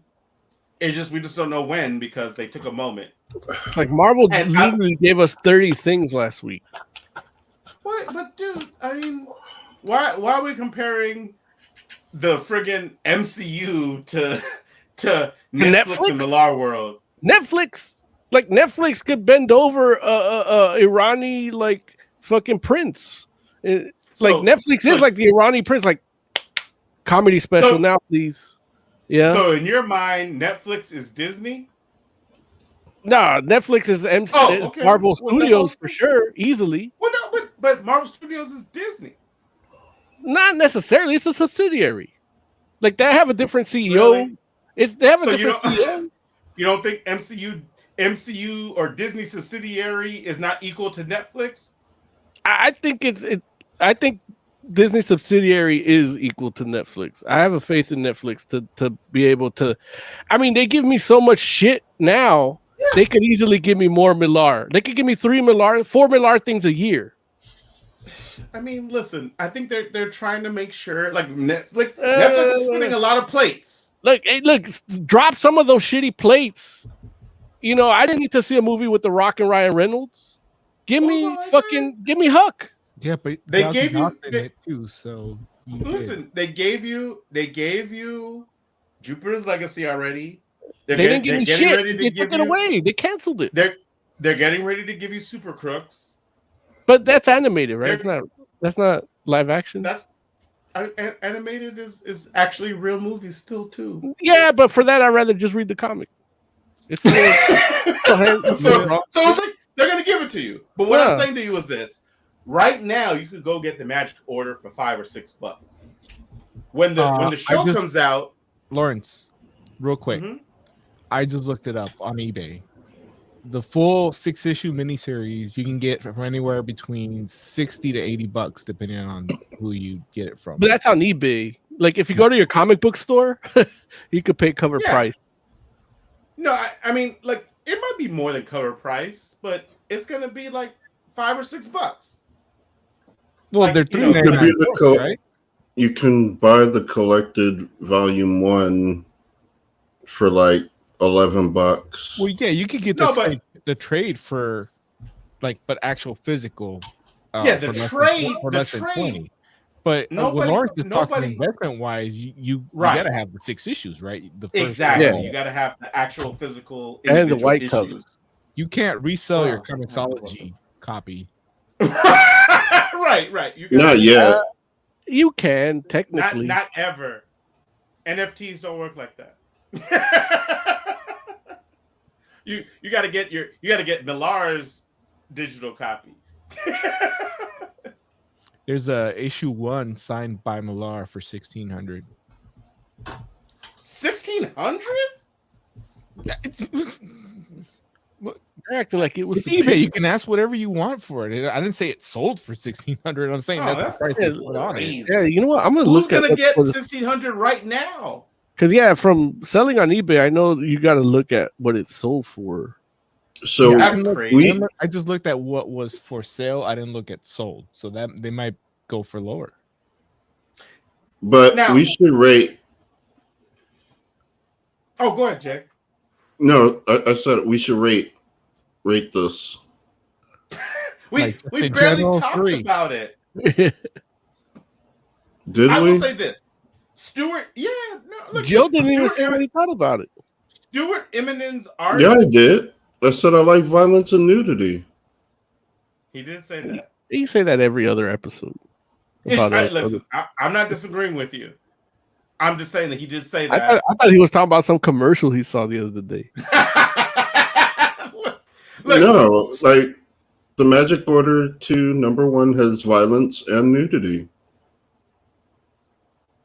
And here's the thing: we talked Oliver Coipel up a lot. Like most comics would be happy, would be ecstatic to have Stuart Eminem doing their friggin' like art. And like I'm saying that as a fan of his as well, like where it's just like his run on Captain, like if I'm not mistaken, he was the one that was doing the art when Mark Waid was doing Captain America, and it was fantastic. Like classic stuff that I'm happy to own and will not get rid of, because that, if I'm not mistaken, I think that's the Captain America run that was happening, like the Heroes Return Captain America, like after he had come out of the Heroes Reborn Liefeld Pocket Universe, after Captain America had breast. Then he came out and it was like Eminem and Mark Waid. It was good stuff.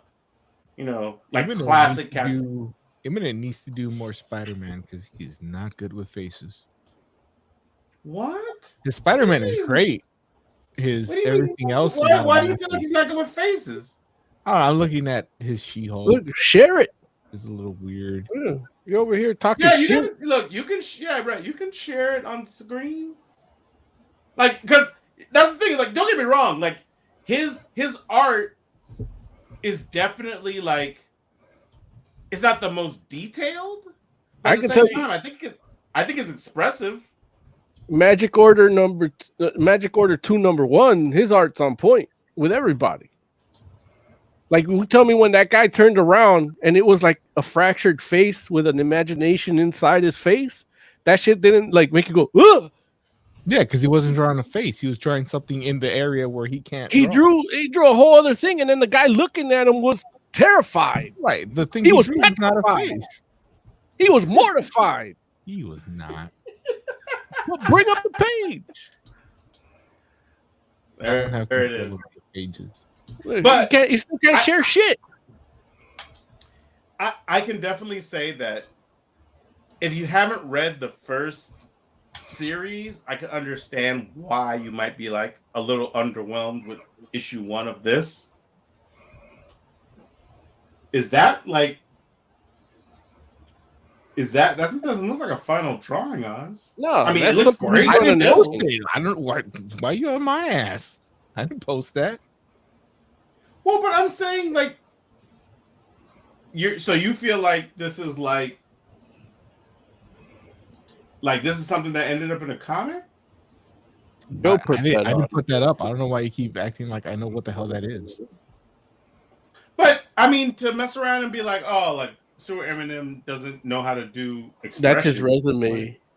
Like that's what they choose as his resume. Yeah, like I mean, that's a great drawing of She-Hulk and Spider-Man, right?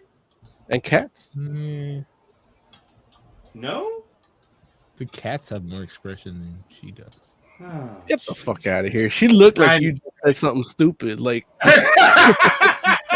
he drew her reacting to you right now. Damn, is that Eminem? Yeah. That looks like a cover. You spend more time on the cover. Yeah, and I give more credit to surprised. his coloring. It looks for like that. more detailed than he usually does. But the thing is, here's the thing: you read an issue with his interior art, and you still haven't shared anything of like. Yeah, Magic Order 2 an is example amazing. of why it's not good. Oh, that's because I didn't know we were going to talk about artists like that. Then Lauren started talking about copulation. Let's talk about Copulation. No, coiful. I don't feel like Quadus. Derek. He says that was a tiny She-Hulk. Coitus. Quadus. Coitus. It's French. It's Quadus. Are we rating this already? I might as well, since nobody can come up with examples of his crappy art. Listen, Jay, how do you want to rate the Magic Order 2 issue number 1? I will give it a 3. Like, I don't remember the details from the first one. So was a little lost, but like I said, I really enjoyed the violence and the nudity. Okay, that's fair. Oz, how would you rate the Magic Order 2 number 1? 3. I mean, it was interesting. I liked watching the magicians because it was like the Harry Potter world, but with adults. You're not following the kids, and that was interesting. And this is more like that. But it bugged me that they don't tell me anything on issue 1. They don't even say, they don't even have that little note that you always get, like, oh, well, read the first arc or whatever. They do. It's on the cover. It has a number 2 on it. I mean, listen. I still want my editor's notes. While that's snarky, at the same time, I have to agree with Moses, where it's like, it's obviously the Magic Order 2. Like, if you want to read 1, you can do that. Well, is that friggin' Jean Grey and Mastermind? Is that who that is? Never mind. That's who that is. Okay, in that case, I'm going down to a 2.5 because when I bought the Magic Order 2, I was going to read it, but it's the Magic Order 2, so therefore I have to read Magic Order 1 first, and I'm not going to do that. So this book sucks. Anybody in the audience listening to this, if you read this without reading number 1, you won't feel entirely lost. There will be something missing, but it's not anything that is pertinent to what's happening moving forward. Really? The biggest thing that happened in this world that affects everything doesn't matter. You don't need to know what that was. Yeah. How many times have you read a DC book when that's the case? Why would I read? It's like, 0 year. Why would I read the first series if what happens there doesn't matter? Well, okay, doesn't matter. No, it's not pertinent to this story. I didn't say it doesn't matter. I feel like when it matters, they're gonna tell you more about it. But also, too, it's like I will say that. Well, you know what? I'll wait. Moses Magnum. How did we rate Magic Order 2 number 1? It's a 4 out of 5, man. Just that dude's face where he doesn't have a face, the imaginary friend dude. Like just that whole freaky. Like, and here's the thing: this is where the artistry and the technician of Millar comes in hand in hand. Where it's like, okay, they're giving you a conflict of like what they deal with, and it's really just to set up that birthday party. But they give you like a whole episode of a supernatural mystery like being solved in 2 pages, and the shit's like fucking whoa. And it's just 2 pages of just their lives of what this character does on his free time when he's not like raising an adopted kid. And it's really just about the adopted kid, and that to me that's better than those 2 pages is better than pretty much any mainstream comic book that came out this week. In terms of like telling you, in terms of telling you about a character and his story and his motivations. Yeah. I hear you. Okay, cool. Yeah. 4 out of 5. Listen. Oh, I'm sorry. Say it again, Mo. I just make sure I give the number because sometimes I forget to give the number. Say it again. 4 out of 5. Thank you, Moses. All right. I'm gonna go ahead and give it a 4 out of 5 as well, because while I can totally empathize with the idea of like, hey, like, if this is the first issue that someone's picking up, it might be good to give people a little bit more or a little bit extra information. Whether you want to do like a recap at the front of the issue or just pepper it in throughout the issue itself, I can see why, like Oz has questions and those questions aren't unfounded. So, I can understand that. At the same time, I do feel like the point that Moses made is actually very valid in the sense that everything you need to know about what's happening moving forward, I think, is either told to you or will be told to you as we move forward. And Mo's right 100% in the sense that he was like, what seems to be the primary antagonist of this issue, the families that are outside of the Magic Order, they were not featured in the first series of books. And so it's like, yeah, you're like, they got introduced in issue 1 here. It's the first time I've seen them.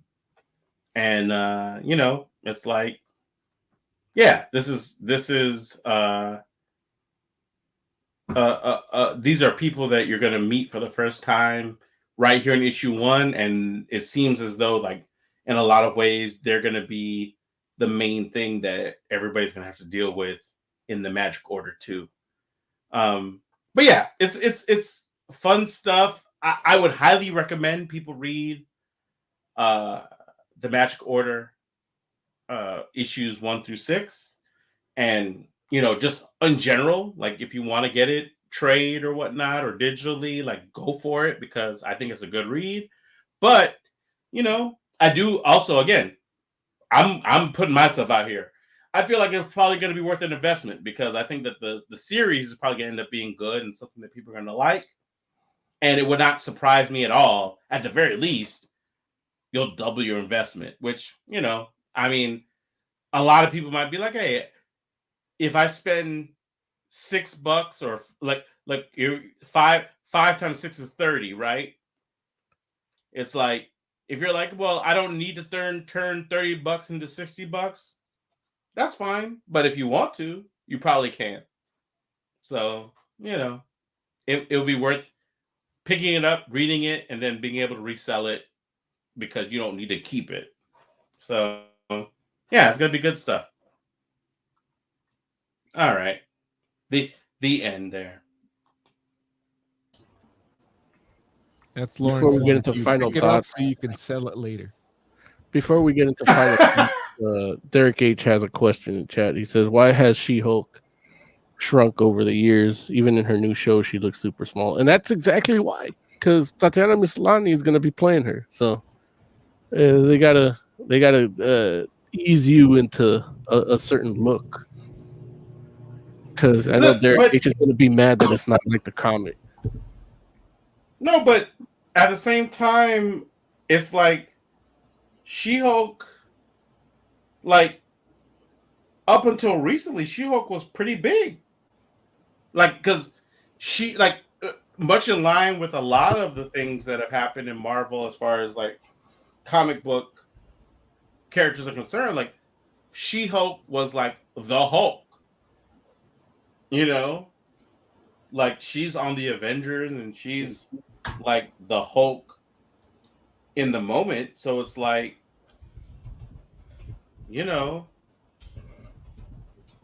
like, yeah, way to explain it, Larry. Like, no, but she's big.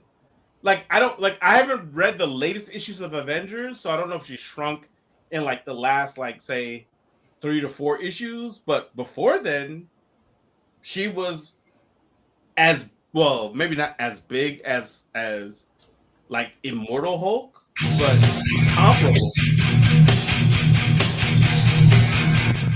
So, you know.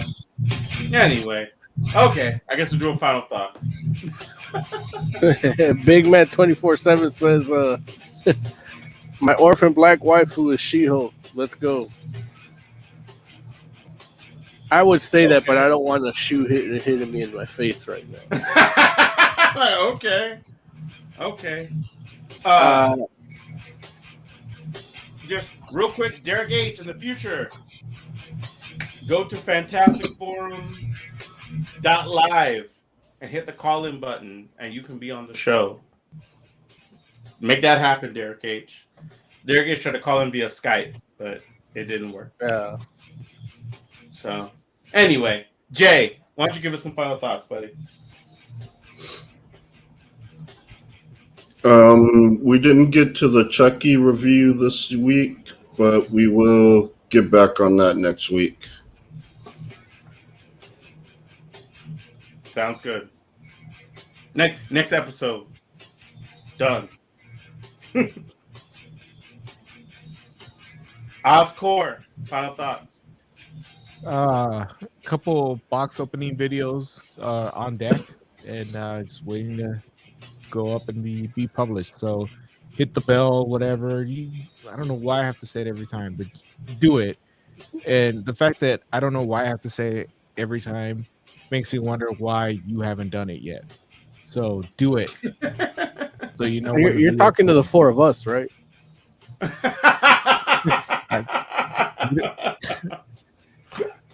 Look at you, Lawrence.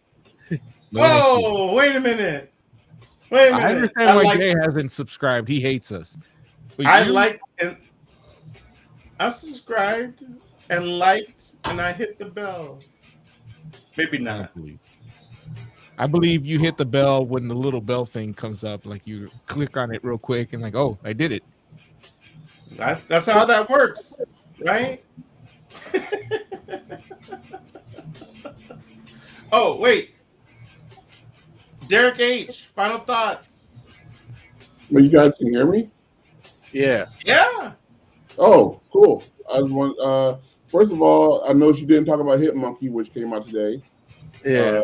From Disney. Nobody mentioned that.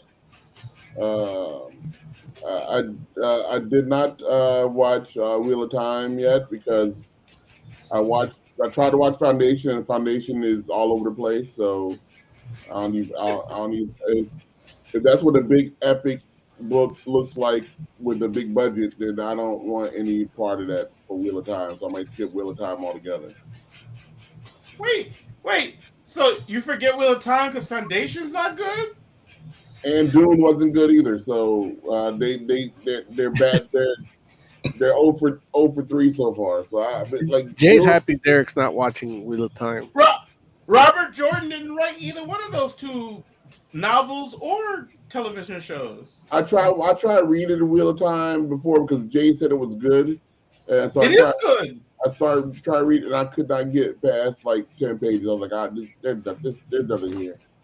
There's nothing here. And I'm not gonna watch 8 books. I'm not gonna read 8 books of this crap if I can't get past 10 pages. Right? I'm not gonna watch 5 hours of TV if I can't get past 10.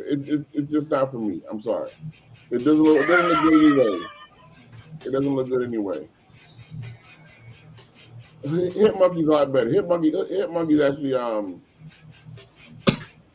like Hit Monkey.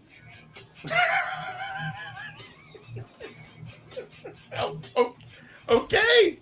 And I'm also upset about everybody's getting excited about this new She-Hulk, and I'm not excited about it at all because they're trying to Marvel. They're trying to MCUize her by making her a small hot girl. And yes, She-Hulk is hot, but she is not small at all. They should have her transform into a whole different girl instead of putting a booty shorts on Tatiana Maslany and saying that She-Hulk and painting her green. That's not She-Hulk. She-Hulk is That's not how it's gonna be.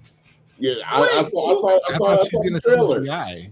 The trailer. Wait, it, what? It looked like Tatiana Maslany in a tight little suit, and she stood up and that's you, She-Hulk. I'm like, nope, that ain't She-Hulk. Wait, have you seen She-Hulk? And then they showed her getting out of the car and a little dress. I'm like, She-Hulk, that ain't She-Hulk either. And then I saw online, I just checked online, and they said that She-Hulk is 6'7" tall. And I'm like, nope, because I am each one of you have seen me in person. I am 6'7" tall. Am I She-Hulk? Yes. You're not 6'7". Yes, Yeah, I he am is. 6'7". Yes, I am. See, that's what I'm saying. I'm 6'7". I know exactly how tall I am. I know he is because I see him eye to eye when we hang out. You're not his doctor. I'm his barber. I'm more important than his doctor. Exactly. Speaking of which, I need to come by as soon as you get off a vacation for a cut. Yeah. Get off Absolutely. But they're trying to making her small. They're making her supermodel size, which they did for Wonder Woman. So I got over that. They made Wonder Woman smaller than she should be, but I'm not gonna take it for She-Hulk. No, nor should you. But wait, and I won't. So did they show something on Disney Plus Day that I didn't see where she's like She-Hulk but tiny? They showed her standing up, and when she's standing up, she's small. And they didn't do what they did for Ruffalo. They didn't CGI her like Ruffalo. No, no. Don't you know? What I saw of her was not a CGI woman. That was like a slightly taller, skinny woman that he showed. You saw it. Don't pretend like you didn't see it. I haven't seen it. You didn't see a trailer for it? No. I was putting it in the pre-production text. I missed it. I thought what I saw had no She-Hulk in it. No, they showed her standing up from the back. You didn't see her face, so I don't know. They screwed up her face. I'm sure they did. But her body was not a She-Hulk body. It wasn't even a CrossFit body. It was a supermodel body. I don't want to see a supermodel body. I want to see a big, strong, muscular woman going around beating up stuff.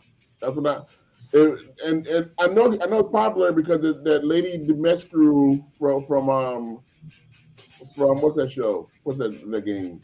That Resident Evil. The tall lady from Resident Evil. Everybody like her. Oh yeah. So I know that she will be popular, but Marvel obviously doesn't think they have no faith in people. They want to say, oh, she got to be a supermodel. We got to make her hot. I'm sure she's gonna have a low cut top on and tight booty shorts. And I want no part of that. See, look at that. What is that? That's disgusting. Like, you can't say she's short there, though, right? I mean, he can say it, but it doesn't mean hawkish. That's really all you get. If you saw that woman like walking down the street, you wouldn't say, "Oh, that's the Hulk." Well, I mean, don't get me wrong. Like, maybe I would want her arms to be bigger, but she doesn't look short necessarily. She is not gamma irradiated at all.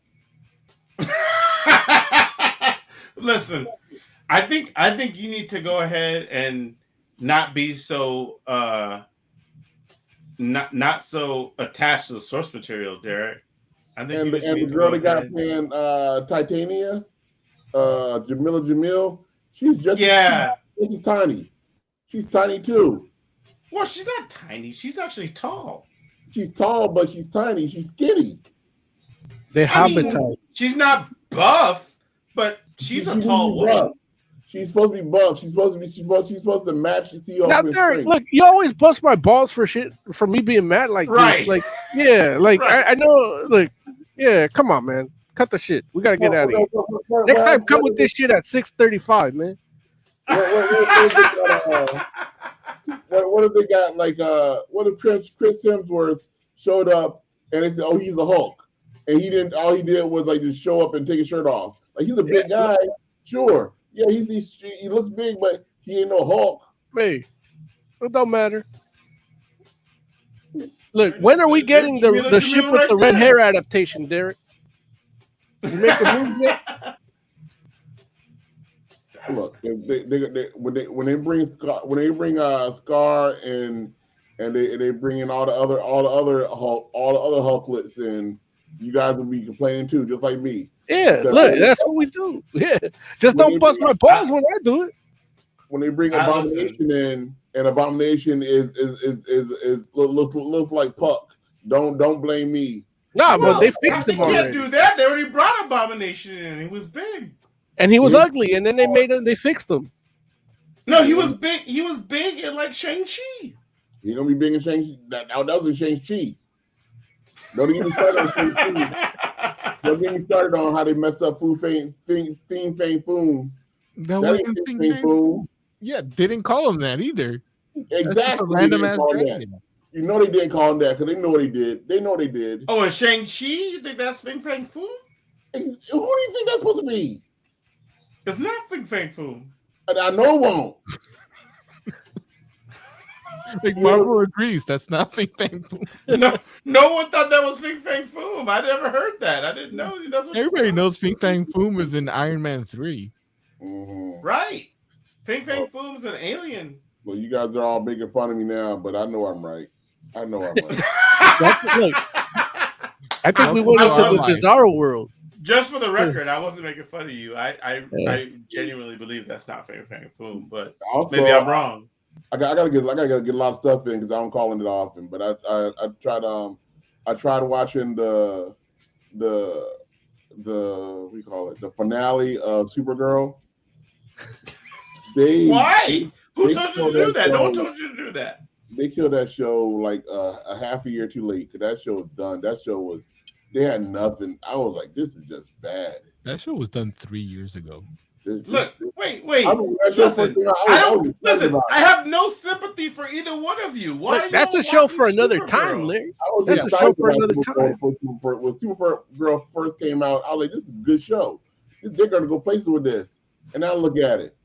It ain't nothing. It ain't nothing. It ain't nothing. And look, this is classic all games right here. Derek H extending the show. Derek, watch Stargirl. No, don't watch Stargirl. No, Lawrence. That's what you said about Superman and Lois, and then you watched it and you. No, I didn't say that. Like I said that without watching it, saying I didn't think it would be good. When I watched it, I was like, it's actually a good show. Have you watched Stargirl season 2? Why do I need? Why can't I just watch the first season and be like it's terrible? Why can't we watch a second whole season to be like? Oh, why can't we just end the show? Why I gotta read the Magic Order 2 without reading Magic Order 1? You ain't got to do shit, motherfucker. Questions will never get answered. Yeah, because you ain't gonna do it either way. Final thought. You ain't got to do shit, motherfucker. Larry, all right, play us out. Final thoughts. Yeah, that's it. Oz, you ain't got to do shit. Derek H, buck up. Nobody gives a shit about She-Hulk. Everybody's gonna love She-Hulk. She-Hulk's gonna be the biggest thing in Disney. Larry, give us the call letters and we could get the fuck out of here. Joe's already like, Joe hung up. Yeah, it's time. Yeah. All right. All right, let's get out of here. These old. I'll give you 3 seconds before I play the rapper music. It's past 9 p.m. for them. They got to get to bed. Hilarity. Yeah, we wake up at 5, motherfucker. Listen. I mean, for the entire Fantastic Forum, thank you all so much for hanging out with us. We do appreciate you. We will talk to you. What'd you say, Derek?